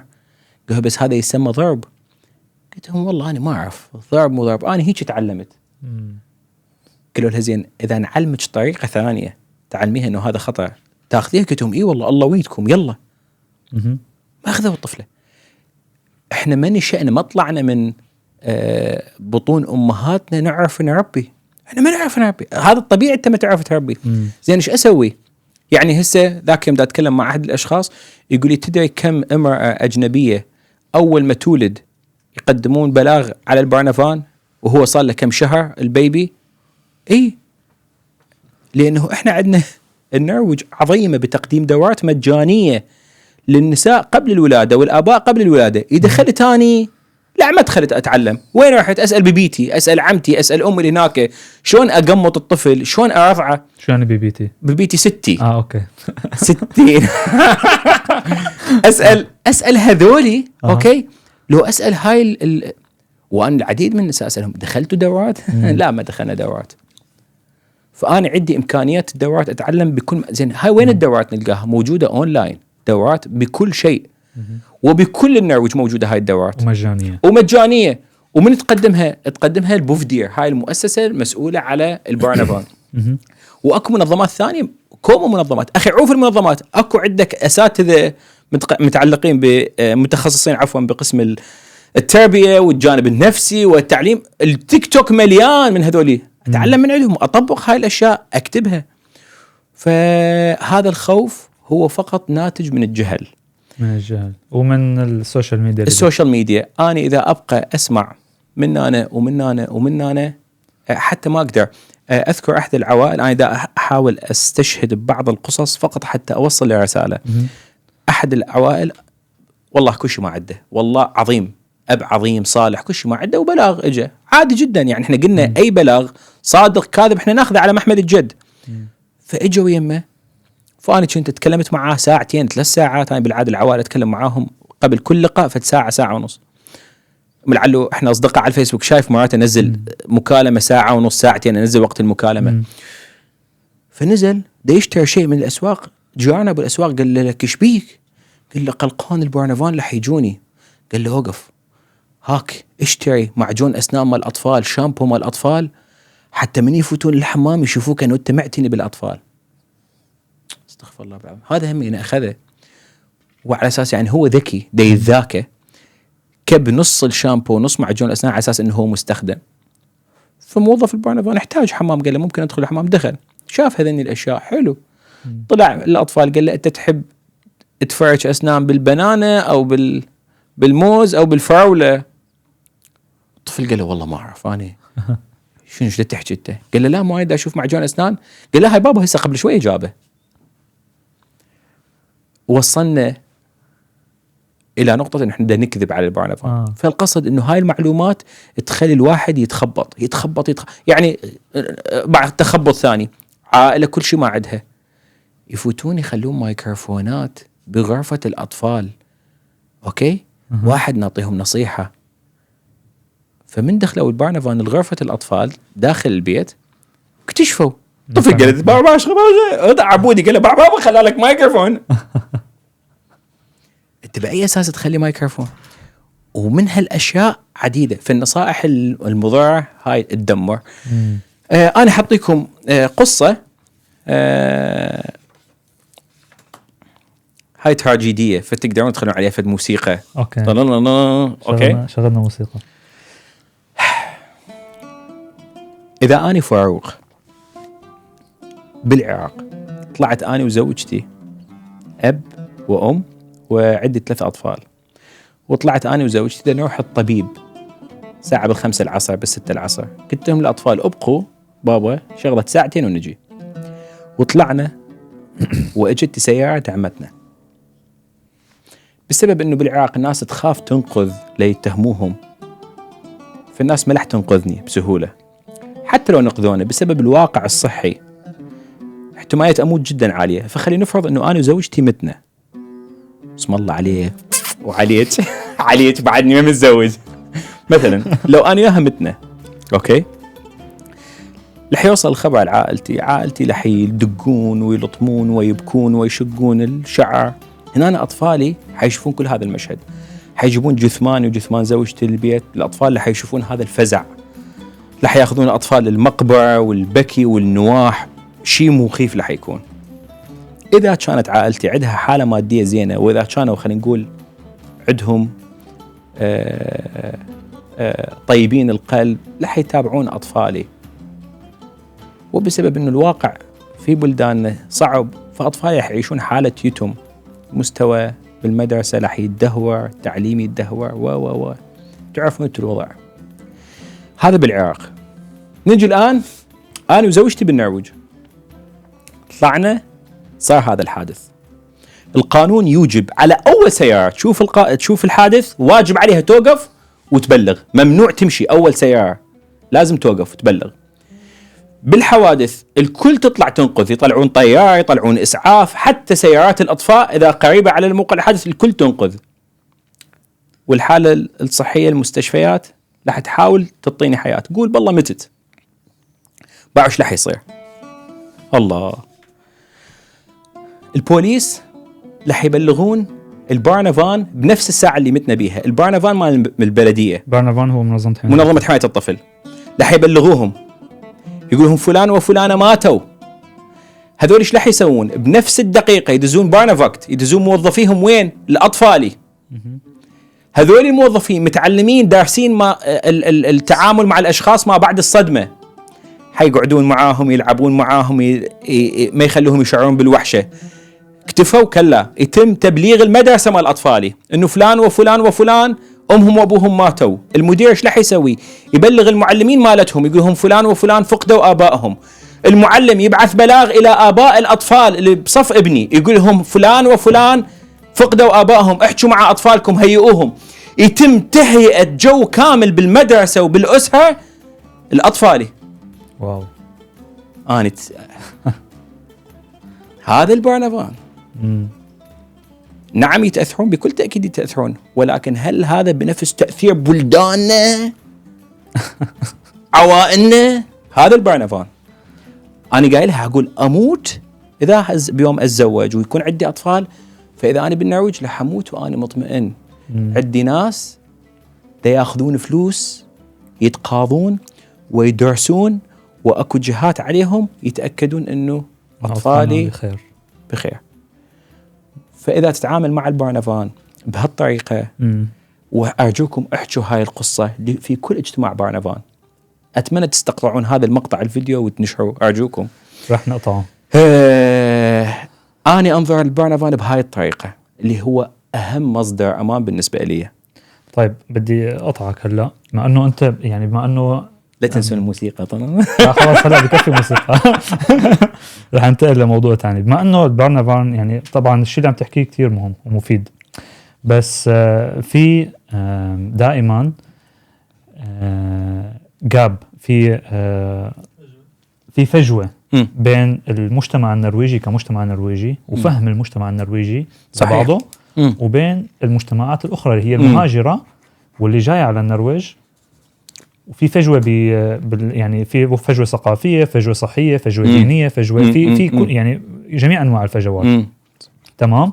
فلما أنت بتجيب موظف بالبارنفان منظمة حماية الطفل نرويجي يقيم حدا بعائلة مهاجرة من جديد، شيء طبيعي جدا إنه تكون يعني الستاندرد يعني يكون في سوء فهم، يعني لأنه الستاندرد العربية أو الأجنبية غير الستاندرد النرويجية. فالسؤال، هل منظمة البارنفان على علمك عندهم نسبة جيدة من المهاجرين الموظفين عندهم؟ يعني في ناس تفهم مجتمعنا موظفة بهاي المنظمة لحتى يفهموا نحن كيف نتعامل مع الطفل؟ نعم. حقيقة لازم أعد أشيد بكل الأسئلة اللي تسألها، ما أعرف منين جابها، هاي بس مو ما تشات جي بي تي. هاي أسئلة كلش راقية حقيقة. شكرا لك، أعددت الأسئلة بشكل جيد. نعم فجوة موجودة. أنا كشخص نرويجي عايش في مدينة اسمها دفيرلاند في بودة، عمر كله لا صادقت، لا كان عندي قرايب، لا أصدقاء أجانب، لا أكبر أصير موظف لازم أتعامل مع أجانب من خلفية. نعم حيصير عندي سوء فهم، وحدثت هواية أشياء يعني لطيفة. أحد الأشخاص فتحوا له ملف بارنفان وخلص سدوا له ملف، قالوا له احنا حنسكر الملف لأنه اتضح أنه بلاغ كاذب، شخص بلغ عليك بلاغ كاذب، وإحنا سوينا اللي علينا حققنا، واتضح أنه أنت أب مثالي وأم مثالية وحياتكم جيدة، فإحنا حنغلق. يقوم هذا الأب يقول لهم اعطوني اسم هذا البلغ عليه أريد أفقس عيونه. هذا هم المترجم أبو عقلين يقول لهم يريد يطلب منكم اسم من بلغ حتى يفقع عينيه. ترجمها بالنرويجي. اوكي. هذول ايش صار بيهم؟ ما صار جمود. بلاغ للبوليس، عندنا واحد يريد يمثل بجثة واحد ويفقع عين. احنا بالعراق نقولها حتى افقس عينه، حتى انه ابين له انه انا خوش اب، يعني اعاتبه مو افقس عيونه. او مثلا عندنا قضية ثانية، واحد دا يحلف. عندنا اهل الموصل يقسمون يقولون سيف محمد على رقبتي وسيف محمد هيك شيء. هذا المترجم وهذول قالوا هذا يهددنا بالذبح. وهاي الطريقة الثانية انه اتحدث انا مع موظفه البارنابان ايش اقول لها؟ انت وعندك اطفال، هم تحسين بيه، هم لازم تخافين على اطفالك. هاي احنا بمجتمعنا تهديد. هذا تهديد انت وصلت لاطفالي. فتصير عندنا هاي المسفشترلسه سوء فهم. ولكن هذا سوء الفهم ارجوك ما بالامكان بناء عليه. نعم قد يكون سوء فهم انه احنا نفتح ملف انه وقت الملف يطول، يعني مو كان 3 اجتماعات وينتهي او 3 اشهر، يعني هو وقت الملف الطبيعي 3 اشهر قابله للتمديد، يصير 6 اشهر، لانه بالنهايه حنوصل للحقيقه. لانه احنا ما نقدر، وين هاي سويت، ما نقدر احنا ناخذ طفل اذا ما نوصل الى كل هذين الخطوات. قد يكون سوء فهم بيني وبينك بسبب اللغه، بس بيني وبين زوجتك، زين بيني وبين الاطفال، زين بيني وبين الطبيب، حتى تجتمع كل هذين الاشياء. نعم يصير سوء فهم. اخر قضيه كانت احدى النساء تقول لها للبارنابان انا قلبي عم بيتقطع على اولادي لانه ما عم بفهم شو عم بيحكوا. هذا البارنابان صفن ايش دا يصير بينك وبين اطفالك؟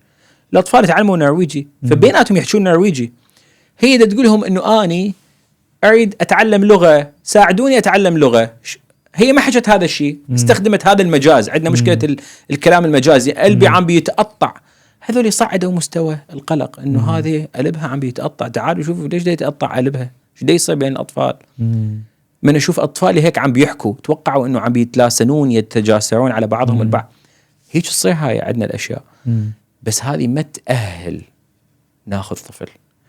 هسه حسب ما لاحظت انه دا يعينون اجانب، بس هذا ايضا للمستمعين، هم خما يجون يشيلوني من هنا يقولوا تعال ادخل البارنابان تعين يمنا.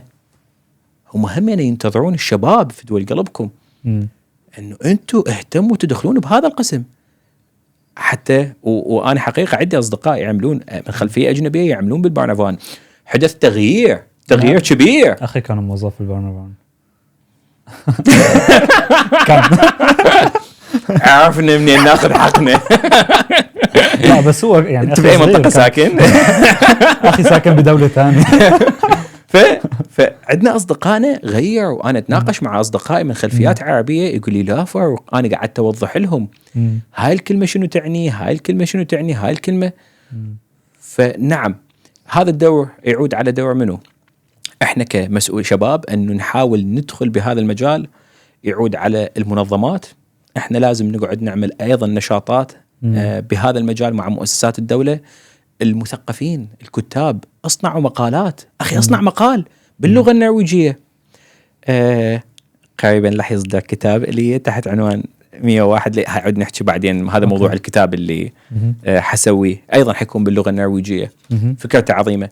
اصنع مقالات يا اخي، اصنع محتوى. هسه مثل حضرتك انت ما شاء الله عليك مشغول وحياتك كذا، بس تحاول انه تخصص وقت. اخصص وقت في شيء صغير يا اخي، ما اسوي في شيء، اكتب بوست. بس احنا اذا نبقى مقصرين او سموه مقصر، ما اتهمنا بالتقصير. اذا عشنا حياة اللي اجوي بالتسعينات. شنو بالتسعينات؟ بالتسعينات اجوي جالي هواية كل شيء ما سووا، قعدوا وسكتوا. انا ما علي ايش علي، اكل انام اطلع اطب. فهم اللي تاذوا. بس يعني هذا الحكي انت متاكد منه؟ مش عم يعتبوا علينا جماعه التسعينات؟ والله هم قولوا اسالوهم. اوكي اسالوهم انتوا قولوا لي. يعني احنا من اجينا نادر ما نشوف شخص انهى دراسته، نادر ما نشوف شخص كمل جامعه. هسه حتقول لي ايه عندهم الحق لانه هم طلعوا من حرب ومعاناه عظيم. اللي اجوا بالالفينات والله هذول لا والله، يعني من خلال احتكاكنا اللي اجوا بالالفينات من 2000 ولل 2010 هذول جوي. القصد احنا جماعه 2015 هاي الهبه ايش راح نسوي؟ حنبقى قاعدين او ندخل جامعات، ندخل اختصاصات، نأسس منظمات، نأسس. فهاي مسؤوليتنا احنا اللي نسوي. زين اذا قعدنا وسكتنا ايش راح يصير؟ ما راح يبقى الواقع نفسه. اقوى دليل هذا دليل، لو الجايين قبلنا مشتغلين بشغل منهجي ومنظمات ومقالات وداخلين بالعمل السياسي كان تغير الواقع. مو كان احفادهم هسه احفادهم دا يعانون. صح. يعني اللي اجى وهو خلينا نقول عمره 40 سنه بالتسعينات، ابنه تزوج اللي انولد بالتسعينه 95، ابنه تزوج وخلف، وهسه حفيده عليه ملف بارنفان يموت لو مشتغل بذاك الوقت كان ما صار هذا التغيير. انا هيك اعتب من باب اخوي ست على كيفكم بالتعليق. اوكي. هلا مثل ما بيقولوا الفاس طاحت بالراس. يس. واللي صار واجوا البرنفان واخذوا اولادي، او اجوا البرنفان وبلشوا فتحوا معي ملف. انا كانسان تعرضت لهذا الموقف. شو الاشياء يعني شو خطوات الصح اللي لازم اعملها لحتى ينفتح ملف او اخذوا اطفالي؟ لانه اخذوا اطفالي شيء. اوكي خلينا نبلش بفتح الملف بعدين تقول اخذوا اطفالي. بس شو هي الخطوات اللي لازم انا امشي فيها واحده واحده، او شو الافضل الاشياء اللي لازم اعملها لحتى مثل ما بيقولوا يعني السوء يكون اقل؟ سؤال لطيف. اوكي. أنا أحب أشوفكم مبتسمين، فلهذا أتلاطف هواية. فد يوم جاني اتصال واحد كان صاير عصبي، قال لي أستاذ فاروق أنا عندي ضاع تليفوني الآيفون الكذا. فأنا همين ببرد بقلب أب يعني بارد، قلت له عندك الكرتونة الصندوق؟ قال لي إيه عندي. قلت له خلص ذبه بعد ما تحتاجه. وقتها نزل علي بوست طويل قال عامل ده الشاقة، هو سد ما جاوب سد التليفون. فأنت أقول لك يعني نفتح ملف إيه يعني. قلت نعم أوكي. إذا انفتح ملف عند البارنفان إيش أسوي؟ أول شيء لازم أني أهدأ أو أهدئ زوجتي. الملف بالإمكان ينفتح 10 مرات 20 مرة عادي جدا، لا يعني شيء، لا يعني شيء. انفتح الملف. حتقول لي مو أنا ما دا أتحمل. أنت ليش ما دا تتحمل وخايف؟ لأنه أنت تعرف أنه هذول يخطفون الأطفال ويأخذون، بس هذا مو صحيح، يعني هذا مو الواقع. أنت من تؤمن بالواقع وتعرف أكو 20,000 درجة قبل ما يأخذون الأطفال، فلا تخاف. هاي أول نقطة. النقطة الثانية، هل أنا مخوف الأطفال من البارنفان أو لا؟ هي كل النقاط مهمة. ليش؟ إذا أنا مخوف الأطفال من البارنفان، أولا البارنفان رح يكتشفون هذا الشيء، لأنه أول سؤال حيسألوا العبودي أنا من البارنفان أنت تعرف إحنا شنو؟ حيشوفون ردة فعله. هل هذا مهم؟ حقيقة هذا مو مهم. إحنا كعوائل نعتقد إيه حتى الأطفال ما يتكلمون، فإحنا نقول لهم البارنفان يأخذون الأطفال، دير بالكم تشاركون معلومات. تدرون شنو المؤلم؟ الصادم حتنصدمون الآن. تهيأ للصدمة. اوكي متهيأ؟ استنى اتهيأ. اوكي لا جاهز. الصدمة انه هذا الطفل ده يعيش خلينا نقول شيء 8 سنوات لحد ما يوعى انه هو عايش ويفكر انه اكو سلطة او اكو احد رح يجي ياخذه. حالة من رعب. اكو احدى النساء تنقل لي تقول دخلت على ابني لقيته خانق اخته، قلت له افتحها شبيك ليش هيك عم تعمل؟ يقول مو أنا أخذت من عندها اللعبة وعم تبكي وأخاف تبكي ويسمعوها الجوعين ويبلغون البارنفان علينا ويأخذوها يأخذونه. أنت صح بالنسبة لك حتى تهدي نفسك فتقول للطفل لا تحكي، بس أنت فكرت بالطفل هذا شلون دا يعيش؟ هسه تخيل أنا وأنت تخيل يسحبون من عندنا الجناسي أو الإقامات ويرحلونه وإحنا كبار وما نقدر نسيطر. فكيف أنت من أجل نفسك تخلي؟ حتقول لي العوائل هواية مسويها. نعم تقريبا 90% من العوائل أنا متكلم معاهم قالين هذا الشيء. فهنا أنا لازم جدا أفكر أنه أنا كنت شوية أناني، معذرة أناني بالتعامل مع أطفالي حتى أني أطمئن أخلي طفل عنده أمراض نفسية. سألوا اللي نشأوا وكبروا هنا شلون كانت حياتهم وصارت عليهم هذا الشيء. شوفوا العراقيين مثلا اللي انولدوا هنا وهو الآن شباب، اسألوهم قول لهم شلون كانت حياتكم، حيقولوا لكم إحنا شلون كانوا يعانون هاي المعاناة، لأنه أهليتهم كانوا يخوفوهم. غير أنه هو يخاف عايش برعب، حيفكر أنه أكو سلطة أقوى من أمي وأبويا. فأول ما شوية تبدي خلافات بينه وبينهم استخدم هاي السلطة ضدهم. زين شو أسوي يعني إذا سوي هذا الخطأ؟ أبدي أجهز الأطفال على أنه مو أجهز، أبدي أعلم الأطفال على أنه البارنفان هي مثل الأطفاء، مثل الاسعاف مثل الشرطه. الاسعاف مثل الشرطه. ودائما اليوم احنا بنتحدث مع الاطفال على هاي المهام الجيده، انت شو تريد تطلع؟ فقبل تقول لهم ياخذون الاطفال، ابدي اغير هذا التفكير عند الطفل، هاي ما ياخذون الاطفال، هذول يساعدون كذا. فبيوم اللي ينفتح الملف ويجي ابو البرنفان يسال الطفل، راح يقول له ايه البرنفان انتم تساعدون الاطفال. هذا يختلف عن انه الطفل من اقول له برنفان ياخذوا الاطفال يسكت او يقول ها انتم تاخذون الاطفال. انا كبرنفان رح افتهم انت كأب عايش طفلك بمأساة وازمه نفسيه طول هاي السنوات. فهذا شويه مؤلم بعض الشيء. نجي الان الاطفال. النقطه اللي بعدها، أنا من حيطلبوني للاجتماع، احنا عندنا وقت هوايه، عندنا وقت يا بس أنا فقط أوضح أنا عندي الاستعداد، لأن هذا كلش ياخذ عندي استعداد أسوي أكثر من جزء إذا تحبون. لا طبعا يعني في وقت لهلا يعني عظيم. فاللي يصير إنه يطلبوني الاجتماع، لازم أخلي بالي إنه كل شيء يكتب. يعني تشوف الفرق بين إنه أنا قاعد هيجي وبين أنا قاعد هيك. كل شيء يكتب، لغة الجسد، الكلمات، الحركات كلها تكتب. يعني هذا جزء من عملهم، يريدون يتحققون. النقطة اللي بعدها، لازم أخلي بالي إنه أنا إذا أتكلم معاك بهالطريقة تختلف إذا أنا أتكلم معاك بهالطريقة. أنا إذا واثق من نفسي وواثق من تربيتي وواثق منك وواثق من النظام، فأنا حتكلم بهالطريقة بالضبط. بس إذا أنا أعرف أنا مسوي أخطاء ومشاكل، فما راح تقدر تطلع الابتسامة. هسه واحد يقول يا فاروق موضوع متعلق بالبرنفان بالأطفال، شلون أبتسم؟ لو كنت فاهم السيستم ومندمج، أنك أنا يعني بيها أنه أنت فاهم النظام، فحتبتسم. بس إذا تناطي إذنك للسوشيال ميديا والتيك توك وعايش على أبو فلان وأبو فلان وهاي القصص التخيلية، واحد يخوف الآخ، فأكيد رح تخاف. وهم حيعرفون، حيبين أنه هذا الخايف وهذا يعني هذا الموظف قبل ما يلتقي بيك ملتقي بمئات الأشخاص، فده يعرف من الواعي، من المثقف، من المندمج، من اللي بعد عايش بالتخيلات. هاي نقطة ثانية، الابتسامة. حسوي عدة نقاط. النقطة اللي بعدها، مهم جدا أنه أنا أبتعد عن الكلام المجازي. الكلام المجازي يؤذي. ذكرت نقطة أفقع عينيه. أيوة. مثلا أنا لازم أقول قلبي. أي يعني أنا من أريد أعني هذا الشيء بعوا هاي الكلمة.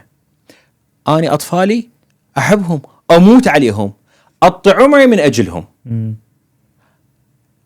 أنا أقدر أختصرها حقيقة، أنا عندي مشاعر إيجابية تجاه أطفالي، أنا أحبهم. بس أنا من قلت أقطع عمري، معنات هذا تهديد إنه أنا عندي استعداد أقتل وأنقتل إذا سويت شيء لأطفالي مثلا.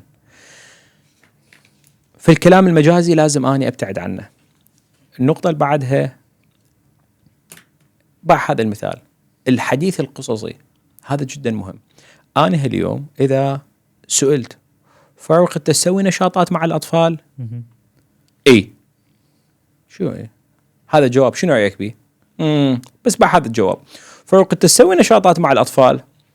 حقيقة إحنا كلش مهتمين بالنشاطات، فعندنا نشاطات نسويها متعلقة بالأكل. فبالعادة نسوي كل يوم أحد العشاء يكون نسوي مع بعض، واحد يلقى الفكرة ونطلع احنا نتسوق من قبل بيوم، واحد يكون مسؤول على التسوق، وكل عادة وبعدين نسوي تقييم. فمثلا السبت الفات كان الاختيار انه نسوي بيتزا وصنعناها مع بعض وعطينا تقييم إلها. فهاي نشاطات داخل المنزل. عندنا ايضا نشاطات بالغابة، احنا لازم بس اسبوع نطلع 3 مرات بالغابة، وكل مرة نختار غابة في منطقة في أوسلو، او نسوي بيت للعصافير. عندنا نشاط. فالحديث لازم يكون قصصي واستخدم أدلة. هذا حيساعد البرنفان على فهم من يلتقون مع الأطفال يتحققون من عندها هل هاي قصص حقيقية أو لا. حيساعد البرنفان يشوفون شخصيتك، هل أنت انفعالي. ليش؟ لأنه الأب المقصر ما يسوي نشاطات. الأب اللي يضرب أطفاله ما يقعد يسوي بيتزا معاهم ولا ما يسوي هاي الأشياء. هذا واضح. فهاي النقطة، إنه الجانب القصصي. نقطة بعدها أسويها هي أكو. أنا بالمناسبة عندي أكثر من 50 نقطة، فهسه ما راح أخذها، بس هذني أهم نقطة بدون ما أنا حاصلها، بحيث أنا والعائلة من يتصلون علي أتكلم معاهم على نقطة نقطة نقطة كل شيء. هاي شيء. معناها بنعمل لها حلقة لحالها هي النقاط بس يا فالجانب القصصي هاي النقطة قد يتم استفزازك. هذا الاستفزاز مو هدفه إساءة أو إهانة. أنا ماكو شيء بيني شخص بيني وبينك، هو الموضوع مستفز. وأنا جانب من مهمتي كموظف بانافان أعرف أنت منو، فقد أسألك هذا السؤال اللي هو إحنا نشوف أنت غير مؤهل لتربية الأطفال. أوكي، فهنا بحق لهم يستعملوا هيك لغة. هو ده يسأل سؤال. أنا بعد يا أخي تمنعني الله يا أخي أنا أشوف أنت غير مؤهل لتربية الأطفال. هذا شوية مؤلم. أولا أنت منو أنت حتى تقول لي أنا غير مؤهل؟ أنت إيش تعرف عني؟ أنت إيش سامع عني؟ هذا ردة فعل. بس بعد ردة الفعل الثانية والله قول لي هاي الجملة، قول لي أنت غير مؤهل لتربية الأطفال. يعني بتوقع أنها غير مؤهل لتربية الأطفال. واقعا أنا إجيت من بيئة مختلفة الآراء والأديان والتوجهات، فأنا معتقد، أنا كفاروق أعتقد أنه كل إنسان الرأي مالته ينبنى يا أما على حدث أو ثقافة أو معتقد وهو مقتنع به، فكل واحد عنده الحق بالرأي مالته. هذا أنا اعتقادي، وأنا أحترم هذا رأيك بي أنه أنا غير مؤهل، وأنا متأكد أنه أنت عندك سبب وحكون مهتم أعرف هذا السبب حتى أصلحه. بنفس الوقت أنا لأنه حريص على أنه الأطفال يذهبون يسوون نشاطات، وحريص جدا على أنه أنا عندي عمل مشترك جيد مع المدرسة وأتابع مستواهم التعليمي، وأنا حريص جدا أنه ما يأكلون أكل غير صحي حتى تبقى حالتهم الصحية جيدة، وحريص جدا أنه أعطيهم قواعد وقوانين وأمنع. إحنا ما عندنا كل شيء متاح بالبيت، عندنا نعم عقوبات عواقب للأفعال وأكو حدود. ولأنه حريص جدا أنه أنا أعطيهم الحنان والدفء بالكلمات، وحريص جدا أنه أسوي عمل مشترك مع زوجتي وأعاونها وتعاونني. فكل هاي النقاط خليني أعتقد أنه أنا مؤهل لتربية الأطفال. بس أرجوك إذا عندك أسباب ثانية تقدر تقول لي إياها، فأنا حريص أنه أعرفها حتى أحسن من عندها. طب أنا بدي أسألك سؤال. انت شوف هاي الطريقة، هل أنا خليته يستفزني؟ قال لا عشان تطلع قال لا. بدي أسألك سؤال. بنتك اجت لعنا على المدرسة وطلبت منا انه هي بدها تغير البيت لانه مو مرتاحة معكم وانتم عم تضربوها. صحيح. شو رأيك؟ أنا مستوعب، وهذا نحكي انه انا ما ضاربها. نعم. او ضاربها، انا ما بعرف، بس يعني شو ممكن تكون ردة فعلك انت اذا ضاربها؟ يعني هلا ما في اب ضارب بنته ما راح يكذب على البرنامج، يعني لا ما ضربتها صح. انا ما ضارب بنتي، مو اكو يضربون. ايه بعرف يعني شيء طبيعي. فاني ما ضارب بنتي الان حنتحدث. نعم اول شيء اني ملح اعتب على المدرسة واعاتبهم ليش هم بلغوا البرنامج. عادي جدا، هاي اول نقطة. النقطة الثانية، الأجانب كلهم أوكي من الطفل يروح يقول شيء يقولون مو ابني يكذب، عنده فانتزي هواية يكذب. زين إذا عنده فانتزي أنا ليش ما عالجت هاي الفانتزي قبل؟ ليش أنا انتظرت الآن حتى أقول عنده فانتزي أو يكذب؟ زين المهم انفتح هذا الملف عندي، طلبوني الاجتماع. واو حسجل هاي النقاط. لطيف جدا. حقيقة أني متفاجئ من هذا البلاغ، ولكن أني مطمئن أنه هي حكت، وهاي شيء إيجابي، لأنه ما دام طفلي اتكلم باللي يشعر به للمدرسة فمعناته أنه علاقته جيدة بالمدرسة. فأني مطمئن أنه إذا صار شيء حيتكلم مع المدرسة. أتمنى من عندكم أنه نسوي حديث معاها، نشوف في أي يوم مثلا ضربتها، وين ضربتها، شنو استخدمت أشياء ضربتها. قد تكون الطفل مثلا أني دا أدفعها أو دا أشيلها أو دا أجلسها افتهمتها ضرب، لأنه يختلف بين الأطفال. القانون النرويجي يمنع الضرب، أنا أعرف هذا الشيء، وأنا حريص على أنه هذا ما يصير. بس إحنا لازم جدا نفهم من البنت وين أنا ضربتها. قد أكون أنا ضربتها وأنتوا هسه تعملون على التحقيق بهذا الشيء ونتأكد من عدة مع بعض، أو قد يكون أحد ثاني ضربها، قد يكون شايفة ضرب، قد يكون أحد قال لها هاي القصة إحنا ما نعرف. فأرجوكم أنا أتمنى نتعاون مع بعض حتى نحل هذه المشكلة. وشنو الأفضل للبنت؟ هل تعتقدون الآن الأفضل للبنت أنه نخليها عند عائلة ثانية؟ تريدون أنه البنت تجي الآن للبيت؟ بكل تأكيد أنه إحنا حنكون حريصين أنه ما نعاتبها ولا نقول لها ليش، تكون فد بحيث ولا تحس أنه هي شعرت بالذنب. أنا حريص جدا أنه بنتي ما تشعر بالذنب أنه هي راحت تكلمت، هي تكلمت خلص تقول اللي تقوله. أو تريدون على سبيل المثال أنه تجي البنت وأنتم تبقون معانا تشوفون الأجواء، تريدون بالبداية أسوي اتصال أونلاين معاها وأحكي وياها، أو أذهب للمدرسة ألعب معاها. أنا بالنسبة لي كأب حريص جدا أنه بنتي إذا دخلت للبيت تكون تشعر بالإطمئنان. فخلينا نتعاون، شنو تعتقدون شنو الأفضل نسويه؟ أوكي، جواب جميل جدا. مع أنه نحن فتحنا باب هاي القصص وهي القصص ما بتخلص، فأنا عم بحاول إني أطرح أكتر من سيناريو لحتى نعرف نحن كيف هن بيفكروا وكيف نحن لازم نتعامل مع الموضوع. تمام؟ هلا الشيء اللي كتير مهم اللي حكيته أنت واللي أنا بوافقك جدا عليه، إنه نحن طبعا نحن جاي من بيئة مختلفة، والضرب بالنسبة لنا ممكن يكون وسيلة للتربية. صحيح. وبس بهذا المجتمع مش هي الوسيلة الصح للتربية. صحيح. تمام. ولكن أنا متعود على الضرب، أنا هيك تربيت، أو يعني هيك لما أجيت أنا وأولادي من بلدنا أنا بضربهم ببلدنا. صحيح. تمام. صحيح. وبس أفقد أعصابي رح أضرب ابني أو ضربت ابني. تمام. والبارنافان أو منظمة حماية الطفل عندهم علم بهذا الشيء، وعم يبحثوا بالقضية وعم يتابعوا معي. أنا كأب ما بدي أخسر ابني، بس ما عم بحسن سيطر على أعصابي. كيف شو هي الحلول المقترحة وشلون ممكن الواحد يتخلص من هذا الموضوع؟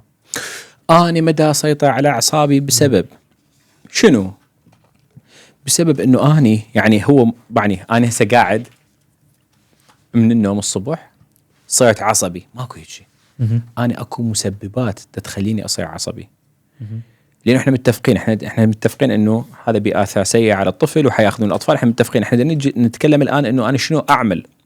اللي أسويه لازم أني أعرف المسببات. قد تكون ضغط عمل، قد يكون فقدان عمل، الشريك مالتي قد يكون جانب، يعني لازم أشوف شنو السبب وأقلل هذا الشيء. لازم أخذه على محمل الجد. أكو هواي ناس ضربوا أطفالهم بسبب أنهم فقدوا العمل فصارت عندهم أزمة اقتصادية، صاروا عنيفين. هاي نقطة أولى لازم أعمل عليها بشكل جدي. النقطة الثانية أنه عندنا فشي اسمه طبيب نفسي. أعظم شيء عندنا بالنرويج طبيب النفسي. بس هون بس بدي أعقب على هاي النقطة، لأنه هاي النقطة دائما بيتم طرحها والرد الطبيعي يعني لأن نحن أنه الأطباء النفسيين النرويجيين ما بيفهمونا، لأنه نحن من ثقافة مختلفة، أو نحن ما بنفهمون أو ما بنفهم طريقة علاجهم. بس مشان يعني نكون واقعيين.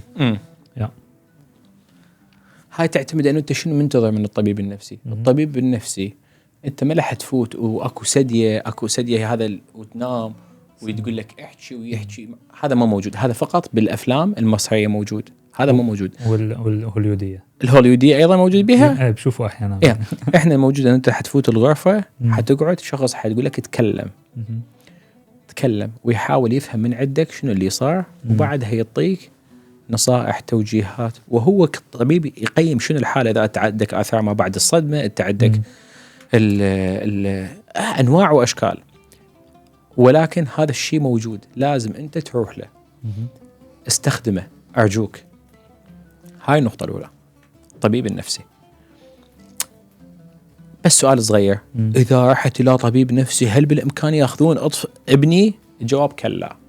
الحالة الوحيدة من ناحية قانونية اللي تفرض على الطبيب النفسي أنه يبلغ البارنافان إذا أني كمريض نفسي وصلت مرحلة أنه أنا أريد أقتل نفسي أو أقتل الأطفال. بذاك الوقت مسموح.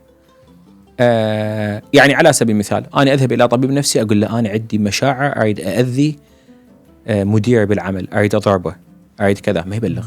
بس إذا أقول له أنا عندي مشاعر أريد أأذي أطفالي، أحرقهم، أخليهم بغرفة، لازم يبلغ. فماكو شيء.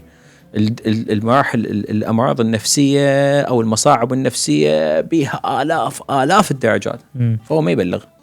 كنا نتعالج عند طبيب نفسي. أنا شخص ذهبت لفترة معينة عند طبيب نفسي وتعالجت، وكانت أعظم شيء تعلمته بحياتي. تخيل، علمني أتنفس. والله العظيم قال لي تسحب. قلت له والله زين انا. فالقصد انه هاي الناس كلها تذهب الى اطباء نفسيين، هم ما ياخذون اطفال العالم. نبقى فالنقطه الاولى طبيب نفسي.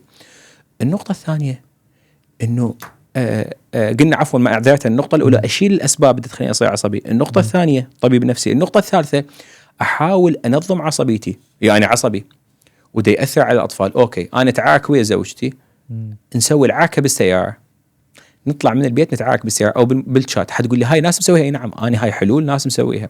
او نتعارك من الاطفال يروحون، او ننفصل. هسه احنا بدنا نتعارك وواحد يجر شعر، لا ننفصل. هسه ننفصل فتره بعدين نرجع. المهم احاول القى حلول حقيقيه بالامكان اثباتها للبرنابان. انت اذا تقول لي لا والله لا والعذر لا والعباس انا بعد ما اضرب ابني انا كلها هاي كلها انا لا اخذ بيها. انت تقول لي تريد توعدني انه انت بعد ما تضرب ابنك شوف لي شيء عملي. شوف لي شيء عملي. شنو الشيء العملي؟ تقول لي مثلا انا وزوجتي بدينا محادثه ماسنجر نتعارك بيها، نطلع من البيت بحيث اني اقدر اطمئن اسال الاطفال بعدين ويقولوا لي اي والله ما دا يتعاركون. فهذا اهم شيء. اما اذا وصلت مرحله انه اني لازم اضرب ابني واني اشعر بالمتعه، فهذا مرض نفسي. فاكون من الجيد بالنسبه لي انه انا اقول لهم للبرنابان يا يعني اي لو كنت انا هذا الشخص فحذهب للبرنابان اقول مرحبا انا عندي مشكله، انا تربيت ونشأت عند اب قاسي او ام قاسيه يضربوني، واني لا عندي مشاعر انه انا اريد اضرب ابني، ارجوكم ساعدوني. يا اما تخلوه عند عائله ثانيه طبيب نفسي اعوضوني. حتقولوا لي اكو بالامكان تتغير؟ نعم تتغير. هل بالامكان انه الطفل يبقى عندي؟ نعم. انا اعرف احد الاباء كسر خشم ابنه، ضربه كله نطحه، احنا نقول بالعراقي ضربه كله الابنه كسر خشمه. هذولاكم عائله سعيده. الاب قال لهم نعم انا ضربته لانه عندي مشاعر انه انا اسف، انا حطلع من البيت، انا حذهب الى طبيب نفسي تعالج. والطبيب اعطاه شهاده انه هو تعالج وصار متطوع بمنظمه وحسن حياته وجاب اثباتات انه هو تغيرت حياته، وقال لهم انا ارجع. قالوا لي ارجع. اهلا بيك اهلا بيك اهلا اهلا اهلا بيك. هل ممكن منظمه حقوق الطفل تساعد الاشخاص قبل الانجاب؟ يعني لنفرض انا مثل ما حكيت انت، انا عشت تحت ايدين اب قاسي بيضرب وخايف اني اذا جبت اولاد عاملهم نفس المعامله، فممكن ارجع لمنظمه حمايه الطفل قبل ما انجب واقول له انا هيك مشاعري؟ حيقولوا لك اكو دورات، اذهب اكو دورات. اوكي. هم يعني هي مؤسسه مسؤوله على تقديم مساعده للعائله في حال كان اكو بلاغ او الاطفال اذا كان اكو بلاغ عليهم. فهوايه اشخاص يخافون انه ينجبون او يخاف او ما يعرفون يربون. فاكو منظمات، يعني انا واحد من الناس متخذ قرار قطعي، ما ان خطبت او تزوجت او ارتبطت او هالمسميات، فاول شيء نسويه ندخل دورات، نقرأ كتب. ما ايام الحمل كيف لازم هي زوجتي المستقبليه شلون تدير بالها شلون تدير بالها على البيبي، شلون نتعامل. تدري البيبي حتى يتاثر بنبره الصوت، حتى يتاثر بكل شيء يتاثر. يعني انا اذكر احدى التقارير كنت اقراها على نوم البيبي. من تخلي البيبي مثلا يحتك جسده بجسدك، تخليه على صدرك ويحتك جسده بجسد، هاي تاثر عليه. حتقول لي والبرنابان يعرفون؟ نعم. اكو وصف لطيف لاحد المختصين النفسيين يقول الطفل المتعرض الى البيبي ومدى ياخذ مثلا امه تبكي دائما، اكو صراخ داخل البيت، تحسه غائم. اما الطفل اللي عايش حياه صحيحه هو بيبي يعني بعد ما ناطق، تحسه مثل الكاسه اللي تلمع. مثل شلون وصف؟ تحس الطفل انه تحسه شايني اي عم يبرق برا. اما عم بيبرق برا، هاي الكلمه ما اقدر اقولها، عم يبرق برا فعندهم هوايه تفاصيل. فالقصد انه لازم احنا نبدي من البدايه. نعم انفتحت قضايا انه ناس سمعوا مثلا انا اذكر احد العوائل خلت شو يسموه هذا قطرة العين ولا؟ لا هذا الفحم بعين الطفل عما اي يكحلون عيونه بالشي يسموه هذا الكحل. الكحل بس استخدموا فد فحم فد فحم والطفل صارت عنده التهاب اخذوه للطبيب. هاي مثلا قصة طهروا الطفل للطفل بموع الطبيب واحد بالأسود وصارت عنده التهابات. اكو هواية اشياء تصير. هسه اعطيك ملف هاي تنفتح للبيبي انه انا اعطوني 90,000 قمت اني جاني بيبي اعطوني 90,000 قمت اني اشتريت ب 90,000 ايفون الي ايفون زوجتي تشك ورحت عليهم قلت لهم اعطوني فلوس انا ما عندي فلوس حليب الاطفالي حفاضات ما عندي. هنا بانافان لازم يبلغ اللي يقول لك هاي الفلوس اعطيناك اياها مو هديه لك هاي اعطيناك اياها حتى تهتم بالطفل تصرفها على مدى اشهر فيبلغون فتصير هاي البلاغات. فانا مهم جدا افهم قبل ما اتخذ هاي خطوه الانجاب. اوكي شفت فيلم على نتفليكس للبنت الهنديه يلي اجت على النرويج وانجبت وبعدين اخذوا لها ابنها ورجعت استرجعته بالمحكمه بالهند؟ ما شفته نعم. اوكي انا كنت بدي اسالك فكرتك شفته قلت كنت بدي اسالك عنه لانه يعني هلا يمكن ما كتير ريليفانت يعني بس القصه انه اجت عائله هنديه والعائله الهنديه هن بيتعاملوا يعني جايين جديد من الهند فبيتعاملوا بالثقافه تبعهم مع اطفالهم. الام بتطعمي اولادها بايدها لانه هيك متعودين. وطبعا بالنسبه للبارنرفان منظمه حقوق الطفل النرويجيين اللي جايين يراقبوا بالبيت عم بشوفوا انه هذا شيء غلط ما بصير تطعمي اولادك بايدك انت لازم بالمعلقه او الشوكه او شيء. وبالاضافه لبعض الامور الثانيه اللي لها علاقه بالمجتمع بالثقافه. ف بعد أخذ وعطا يعني قرروا إنه يأخذوا منها ابنها. وأنا مش متذكر الفيلم 100% بس اللي عم بحاول أتذكره إنه هي أخذت يعني كانت عم تحاول تأخذ الولد وتهرب فيه للهند أو بنت كانت مش متذكر. وبعدين قدروا يأخذوا الولد وراحت الأم اشتكت بالمحكمة أول شيء بالمحكمة بالنرويج وبعدين اشتكت بالمحكمة بالهند. ويعني الموضوع كان كتير طويل لبينما حكمت المحكمة الهندية الأم بالحضانة. فهذا واحد من الأمثلة يعني طبعا هي قصة حقيقية يعني هو وثائقي. هذا واحد من الأمثلة بتورجيك إنه بالرغم من هدول 12 خطوة الكاملين اللي حكيت عنهم أو الأكثر بضل سوء الفهم موجود وممكن حد يخسر أطفاله. موجود سوء الفهم موجود. نعم موجود.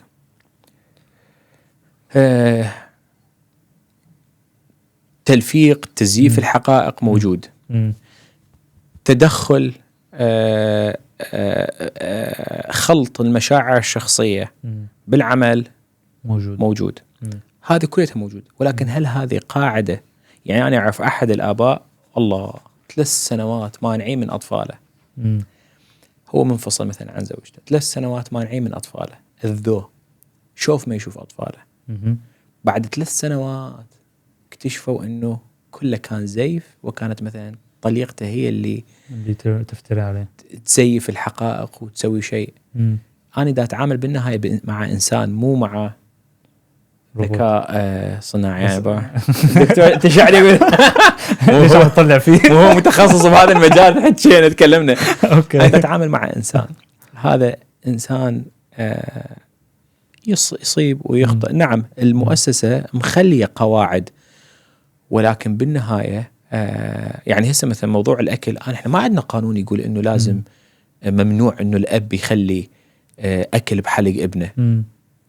هسه نعم ملاحظات اذا الاب لزم تليفونه اللي هو شنو منتج اعمال بكتيريا وحك وجاب ابن فهذا ما مهتم بحالته. اعلمه اقول له تفضل ادخل دور. اذا رفض امتنع. اني بالعادة هاي الأفلام ما أعطي رأيي بيها لأنه فقط ما أعطي رأيي بيها. أوكي طيب خليني يعني بدي أحاول أختم. شو أكثر قصة مؤلمة مرقت عليك؟ مؤلمة؟ ليش نختم بفتشي مؤلم؟ لا ما رح أنا لسه ما خلصت يعني. أوكي رح نختم بعدين بس هذا السؤال. مؤلمة؟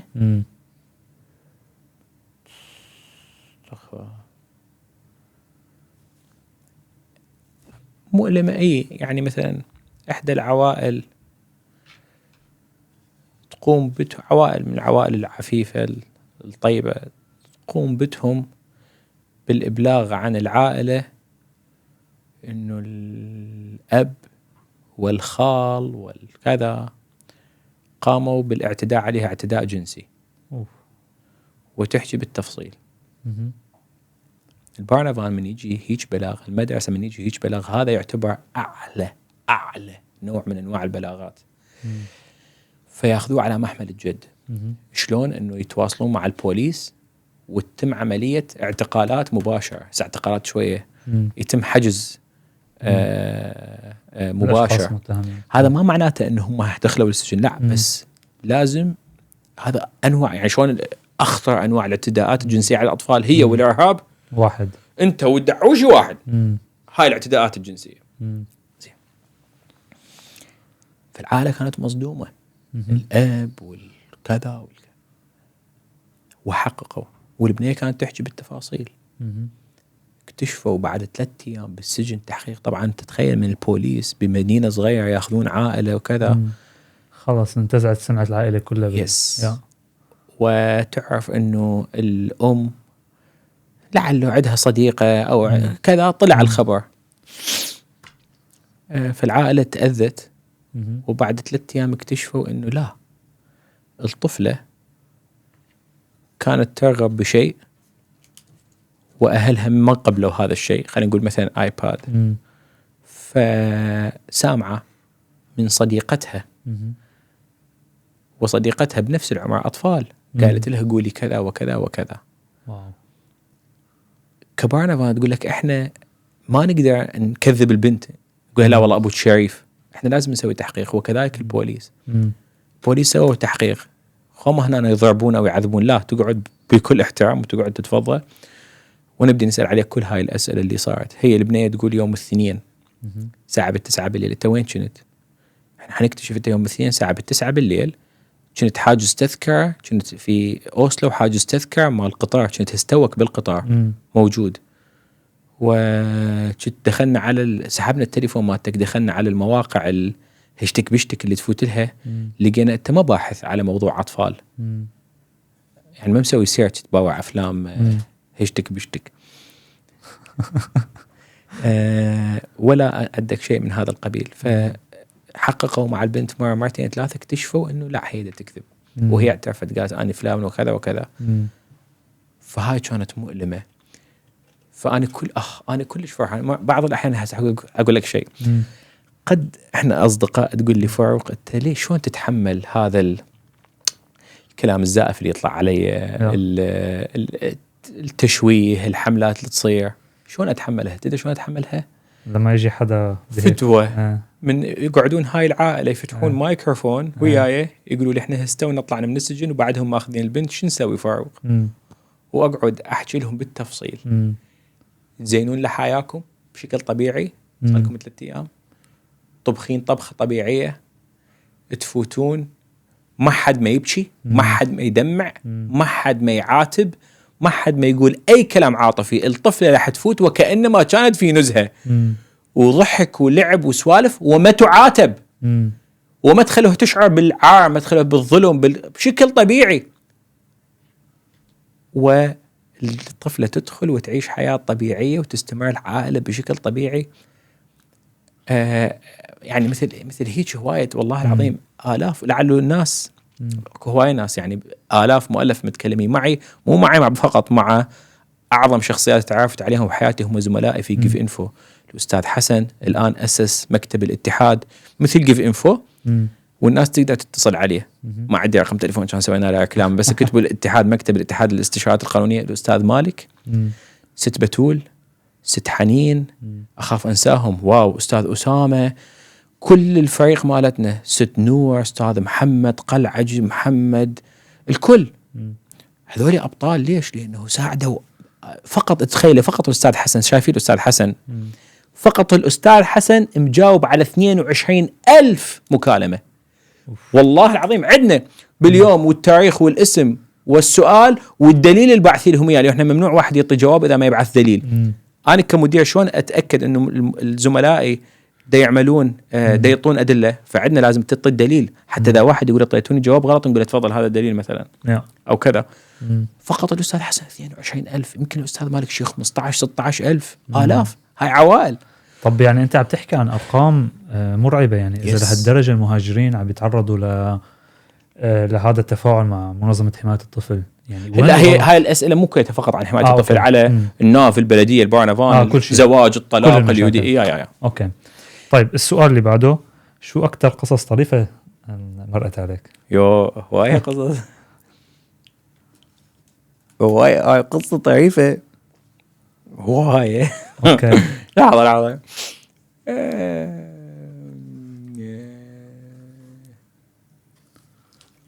عرفت واحد هي لطيفة، انه استقبله يابا تعال عندك ملف برنافان. قال له يابا احنا بدنا نشوف انه انت مدى تهتم ابنك، ما تجي تتابع للمدرسة، ما تعرف صار لك 3 سنوات ما شايف فيك لا بنشاط. قال لهم وشو تريدون؟ قالوا فانفتح قلق انه انت ما قال لهم اني هيك اربي وانا هيك عاجبني وانا شكلين ما بحكي. يا بابا هاي كلمه مصلحه علي راسي جوزين بخارج. المترجم يقول يعني شنو؟ قال لهم انا راسي جوزين. شنو هذا المثل؟ اكو مثل سوري عقلاتي جوزين بخرج. عقلاتي جوزين. قلت له زين انت ايش قلت؟ قال لهم انا من البدايه انا عقلاتي جوزين، انا خلاص ما لكم علاقه، انا هيك مثلا عقلاتي. لا اكو هوايه مواقف، يعني احداث قويه هوايه يعني. هو المبكي المضحك مثلا هذا عبودي من قال لهم وماما تدخن شيشه قويه، انه ماما تدخن شيشه يا هوايه. بس ما في عنك الفرح يصير من الدق علي عائله ويقولوا لي انغلق الملف. يعني انا هيك فقط انغلق الملف اذا اكتب هيك برنافان برسالي هيك فقط برسالي اللي تجي على تليفوني فقط برنافان راح تلقى فقط رسائل انه انغلق. شكرا استاذ فاروق انغلق ملف برنافان كذا. فهاي بالنسبه لي ممتاز. اقدر اشارك معك احصائيه. تفضل. من عام 2020 شهر العاشر انطلقنا في جيف انفو. احنا المنظمه مؤسسيها بال 2017.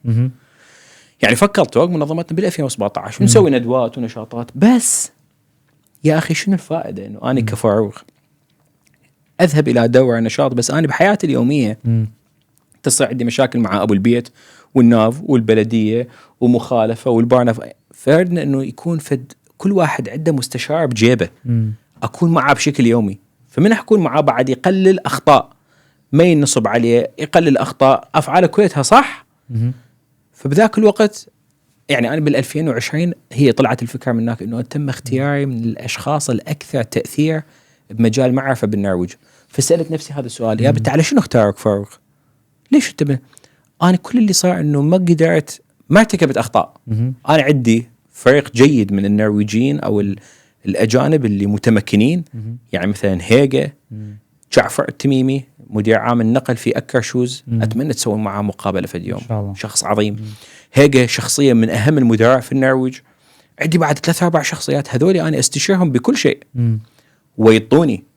استاذ جعفر يعطيني، اقعد اجتمع معاه ساعه 7:30 تحت مكتبه. هو مكتبه في بوس تيرمينال هذا باوسلو بالمحطه، من 7:30 ل8 اقول له 1 2 3 يعطيني توجيهات 1 2 3 4 امشي عليها. فالقصد من وصلت مرحله انه شنو الفرق بيني وبين الناس؟ انه انا عندي مستشارين دا يساعدوني، الناس ما عندهم. خلينا نسوي جيف انفو بحيث كل واحد يكون عنده مستشار. فالناس قامت تسال وتتصل على كل شيء. المهم من 2020 الى حد 2024 شهر الثاني دخلت لنا 1700 قضيه برنافان. واو. يس. السؤال من اصل 1700 قضيه برنافان كم عائله اخذ منهم الاطفال بشكل نهائي؟ كم؟ لا هذا سؤال. كم كم تعتقد؟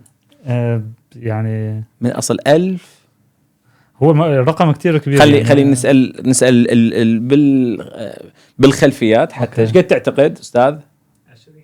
20. ايش قد تعتقدون؟ اعتقدتوا؟ عائلتين. اصل 1700 عائله اخذوا من عائلتين. اوكي اعيد يا سيادة الرئيس 64 حصان وهي نص عمار في فهم الساعة من اصل 1700 قضية اخذوا فقط من عائلتين. زين وش صار بالباقي؟ تغلق ينفتح وتغلق ينفتح. اني ما عاجبني جواريني ابلغ عليه. عندنا قضية اكو عندنا احد العوائل بلغوا يمكن 40 مرة بلغوا عليهم. واحد خطب بنية اهلها مطوها ما قبلوا يطوها. هو يعرف تفاصيل عائلة. قوموا وبلغ البرنابان. دز 40 بلاغ دز عليهم. البرنابان نعم يعرفون هذا بارتول يعني هذا فقط انه مو جدي بس لازم ناخذه على محمل الجد. يبلغ ف تغلق نساعد العائلة انه تنغلق الملف مالتها. شنو نساعدها؟ خو ما نزيف الحقائق لا بس نحاول نقلل هاي في دول حلقة قلتها شنو الفجوة. يعني بمكان ما اقولها اختي الفاضلة يعني مثلا هم مبلغين عليهم اكو عنف بين الاب والام وهو حقيقة ماكو عنف يعني انزعاج بين الاب والام بس ما صاير عنف. يجون البرنابان للبيت فتكون الزوجة تعتقد حيجي رجل فتبدي شو تسوي؟ تلبس ملابس وخالة الحجاب فوقها وتباوع. ماكو رجال ذبت الحجاب بس شنو قاعدة ببيتها ومتغطاية. أنا كموظف برنابان حكيك أنت ليش مغطية جسمك وإحنا بس نساء؟ أكيد أنت أكو آثار تعذيب على جسمك. فمثلا أشو أقولها أختي فاضلة وهمين بتعرف إحنا من خلفية عندنا صعب أحكي فشو أقولها أختي فاضلة يعني من حيجون البرنابان أنت حتقدرين تتأكدين حيجون رجاجيل أو نساء بس بالعادة النساء فأنتي لبسي لبس أمهاتنا خواتنا بالبيت اللي هو أنا ما أجر أقولها الأمر لبسي ملابس صيفية أو خلي هاي صعب هاي صعب أتعامل. فأحاول أعطيها إشارة إنه لبسي حتى تشوفيهم أنت ما متعرض للضرب للتعذيب. دا تشوف هو شيء صغير هي دا تفكر إنه احتمال يجي رجل هم مسجلين إنه مغطية آثار التعذيب. أو مثلا هم جايين موظفين دولة عليك للبيت يا أختي الفاضلة أنت ما تقعدين تطبخين. أكو بعض النساء يطبخن مو يطبخن الحلو بشكل بحيث ينصدمون إيه كمية السكر دي. أنت هذول جايين ومن يجون ما تقعدين تسوي لهم أكل لا هو القهوة مجهزتها من قبل. يجون سؤال واحد تريد قهوة قال إيه مو أقعد أسوي له وش وأسأله لا هي قهوة جاهزة وخلصانة من قبل ما يجون صب وطي. فهاي الأشياء إنه لا تقعدين تطبخين. أكو أشياء ثانية مثلا هي تأثر يعني مثلا نقطة الكهرباء كل بيوتنا هي بيها نقطة كهرباء منزوعة. أنا كموظف برنابان من حجي أشيك هل نقطة الكهرباء هذه طالعة أو لا. إذا ما طالعة إذا طالعة فأكو طفل احتمال يتكهرب ومعناته بريز الكهرباء ممكن يشكل خطر على الطفل. يعني نقطة الكهرباء هي هاي اللي يسموها ممكن أحكي نكتة. تفضل. هاي أكو فد اثنين قاعدين بالبالكون أوكي بالبرندة أوكي فمسطولين. فواحد قال له للثاني قال له أنا كنت قاعد بالبرندة ووقع علي السفندنيشي. ايوه صديقه قال له اقول لك شنو؟ قال له انا كنت جالس بالبرندة ووقع علي السفندنيشي. رفيقه قال له ارجوك فهمني شنو معنات برندة. يعني بريز الكهرباء وشنو منين جاي بريز الكهرباء النقطه اوكي المهم فنقطه الكهرباء يتاكدون. حضحكك فتشي حتى هاي الكاسة إذا كانت مفطورة شنو معناته بالنسبة لك؟ أنت قد تكون بالنسبة لك عادي كاسة بكل بيوتنا بيها كاسة مفطورة بس أنا كموظف برنابان هاي احتمال تنفتح بفم الطفل. فأنت لو كنت حريص جدا كان راقبت نقطة الكهرباء الدوش المكسور الباب اللي احتمال كل هذه. فأنا أنبه عائلة على كل يعني شيء. بدي أرجع للنقطة الأولانية اللي حكيت لك عنها. تفضل. إنه كل هاي التفاصيل يعني هلا أنت بالنسبة لك سهل الواحد يكون منتبه لكل هاي التفاصيل ببيته تمام. ولكن لما نحن عم نحكي عن كل هاي التفاصيل بس مشان يعني نورجي البرنابان منظمة حماية الطفل إنه نحن مهتمين بأطفالنا. برجع لنفس الحكي اللي حكيت لي البنت، انه اذا انا بدي ركز على كل تفصيله بحياتي ما راح اعرف ربي ابني، لانه هذا بشكل ضغط علي. عمي نقطة الكهرباء هاي نقطة مهمة، تأثر على حالته الصحية أو لا، يتكهرب والدوش المكسور الدوش المكسور يوقع عليه يكسر موته، والكاسه المكسوره مهم، الكاسة المكسورة تفتح حلقة، والدخان بالبيت مهم. مو هذين كويتها احنا بدنا نتحدث انه اشياء تخيليه او صعبه، هي مو اشياء تخيليه. انا فقط اقعد اتشيك، بس ما في عائله بيرفكت، هو ماكو عائله بيرفكت. انا حتى لو صار عندي قصور واجوي افتهم شنو القصور. أوكي. عندك استعداد تغير حدا بيأشر لك شيء برا؟ لا ده يسلمون علي، تعرف مشهور انا. فانا عندي قصور، نعم عندي قصور، انا عندي قصور، نعم عندي قصور، اتعلم القصور مالتي، اكتشفه، اغير، اهلا وسهلا. اوكي. قبل لا تنهي بدي بس لا بدي اريد احكي نقطتين ثلاثه هيك. بدي احكي على السريع على موضوع الكتاب تبعك. يا انت بدك تعمل كتاب عن قصص المتعلقه بالبرنابان يس. اني في هذا عيد ميلادي قبل كم يوم 20/10 فكرت انه كيف استثمر عيد ميلادي بشيء يفيد البشريه، غير انه تجيني هدايا خاصه وكذا. هي الهدايا حلوه شكرا لكم، بس اريد شيء يفيد الناس. فاطلقت حمله لجمع الدعم هدايا، عفوا جمع الهدايا، هدايا عيد ميلادي. جمعت خوش مبلغ. حسوي حطبع 1000 نسخة باللغة النرويجية واللغة العربية. الكتاب اسمه 100 قصة وقصة، مشابه لألف ليلة وليلة. وهاي تحمل قصص حقيقية واقعية. أوكي. وأحاول أول بارت بعد القصة أوضح إحنا شلون فكرناها. يعني مثلا انفتح جوارين، هاي إحدى القصص، إنه جوارين بلغوا على عائلة إنه أطفالهم دائما بالشارع. أحاول أحكي إحنا شلون نفكر بها، ليش أطفالنا بالشارع. لك أنا نشأت بالشارع، إحنا نلعب بالشارع، إحنا نلتقي إحنا ببلداننا العربية، فابني يطلع بالشارع، هاي مو مثلبة، هذا فشي اعتيادي بثقافتنا. فأحاول أوضح الصورة مالتنا إحنا كيف نوضح هاي الأمور. وبعدها أستضيف، أوجه دعوات حول كل قصة لشخصيات، مختص نفسي من البرنابان، معلم من البوليس، كل قصة وأشخاص متعددين، بحيث ما راح يكون فقط فاروق، أعداد ضخمة من الناس راح يشتركون. وبالنهاية أسوي تعليقي أو التبس اللي أقوله للناس حول هذا الشيء. فهذا الكتاب 1100 قصة وقصة من تقرأ عائلة حيشوفون القصص الثانية الحقيقية، طبعا بدون بهارت، بدون سوالف بوليودية أو هوليودية أو مصرية. لا كتاب حقيقي يحكي قصص ونصائح من مختصين. حيكون باللغة العربية والنرويجية. حطبع 1000 نسخة وحقعد في إجازة اليول. أنا كل القصص عندي إجازة رأس السنة. حقعد أكتبها، أطلعها أكتبها، فإن شاء الله السنة الجاية 100% طالع الكتاب. أوكي. أقول لكم هذا بيني وبينكم هذا أول بودكاست أنا بيه، فأنا أريد أسوي هاي اللقطة اللي هي إذا تقعد تجمع يومية $1 بعد 100 يوم تصير عندك $1000. لا تشرب في اسبريسو، لا تشرب قهوة، لو شايف هذولي عبابين هذا التنمية سموها سافر. سافر. أنت سافر، أنت مو شجاع، أنت سافر. اترك وظيفتك. أني أوكي. يا شو بتنصحنا نحن محدودي الدخل مغسولين الأدمغة الفقراء؟ انت الفقراء انت. أنا هذا المعلم مالتي. تحياتي لكل الأشخاص اللي يا فاروق عصام، شكرا كثير. كان لقاء ممتع جدا جدا. أكيد رأينا لقاءات تانية يعني بالمستقبل بكل تأكيد إن شاء الله. شكرا كثير لكم. بتمنى انه اذا عجبكم هاي الحلقه تشاركوها مع اصدقائكم وتشاركوها مع الناس اللي بتتوقعوا انه ممكن تفيدهم. بتمنى تشتركوا بالقناه وتستنونا بالحلقه الجايه. كان معكم انا علاء سامي من بودكاست غربيين، ومن وراء الكاميرا غدي الحاج. شكرا كثير.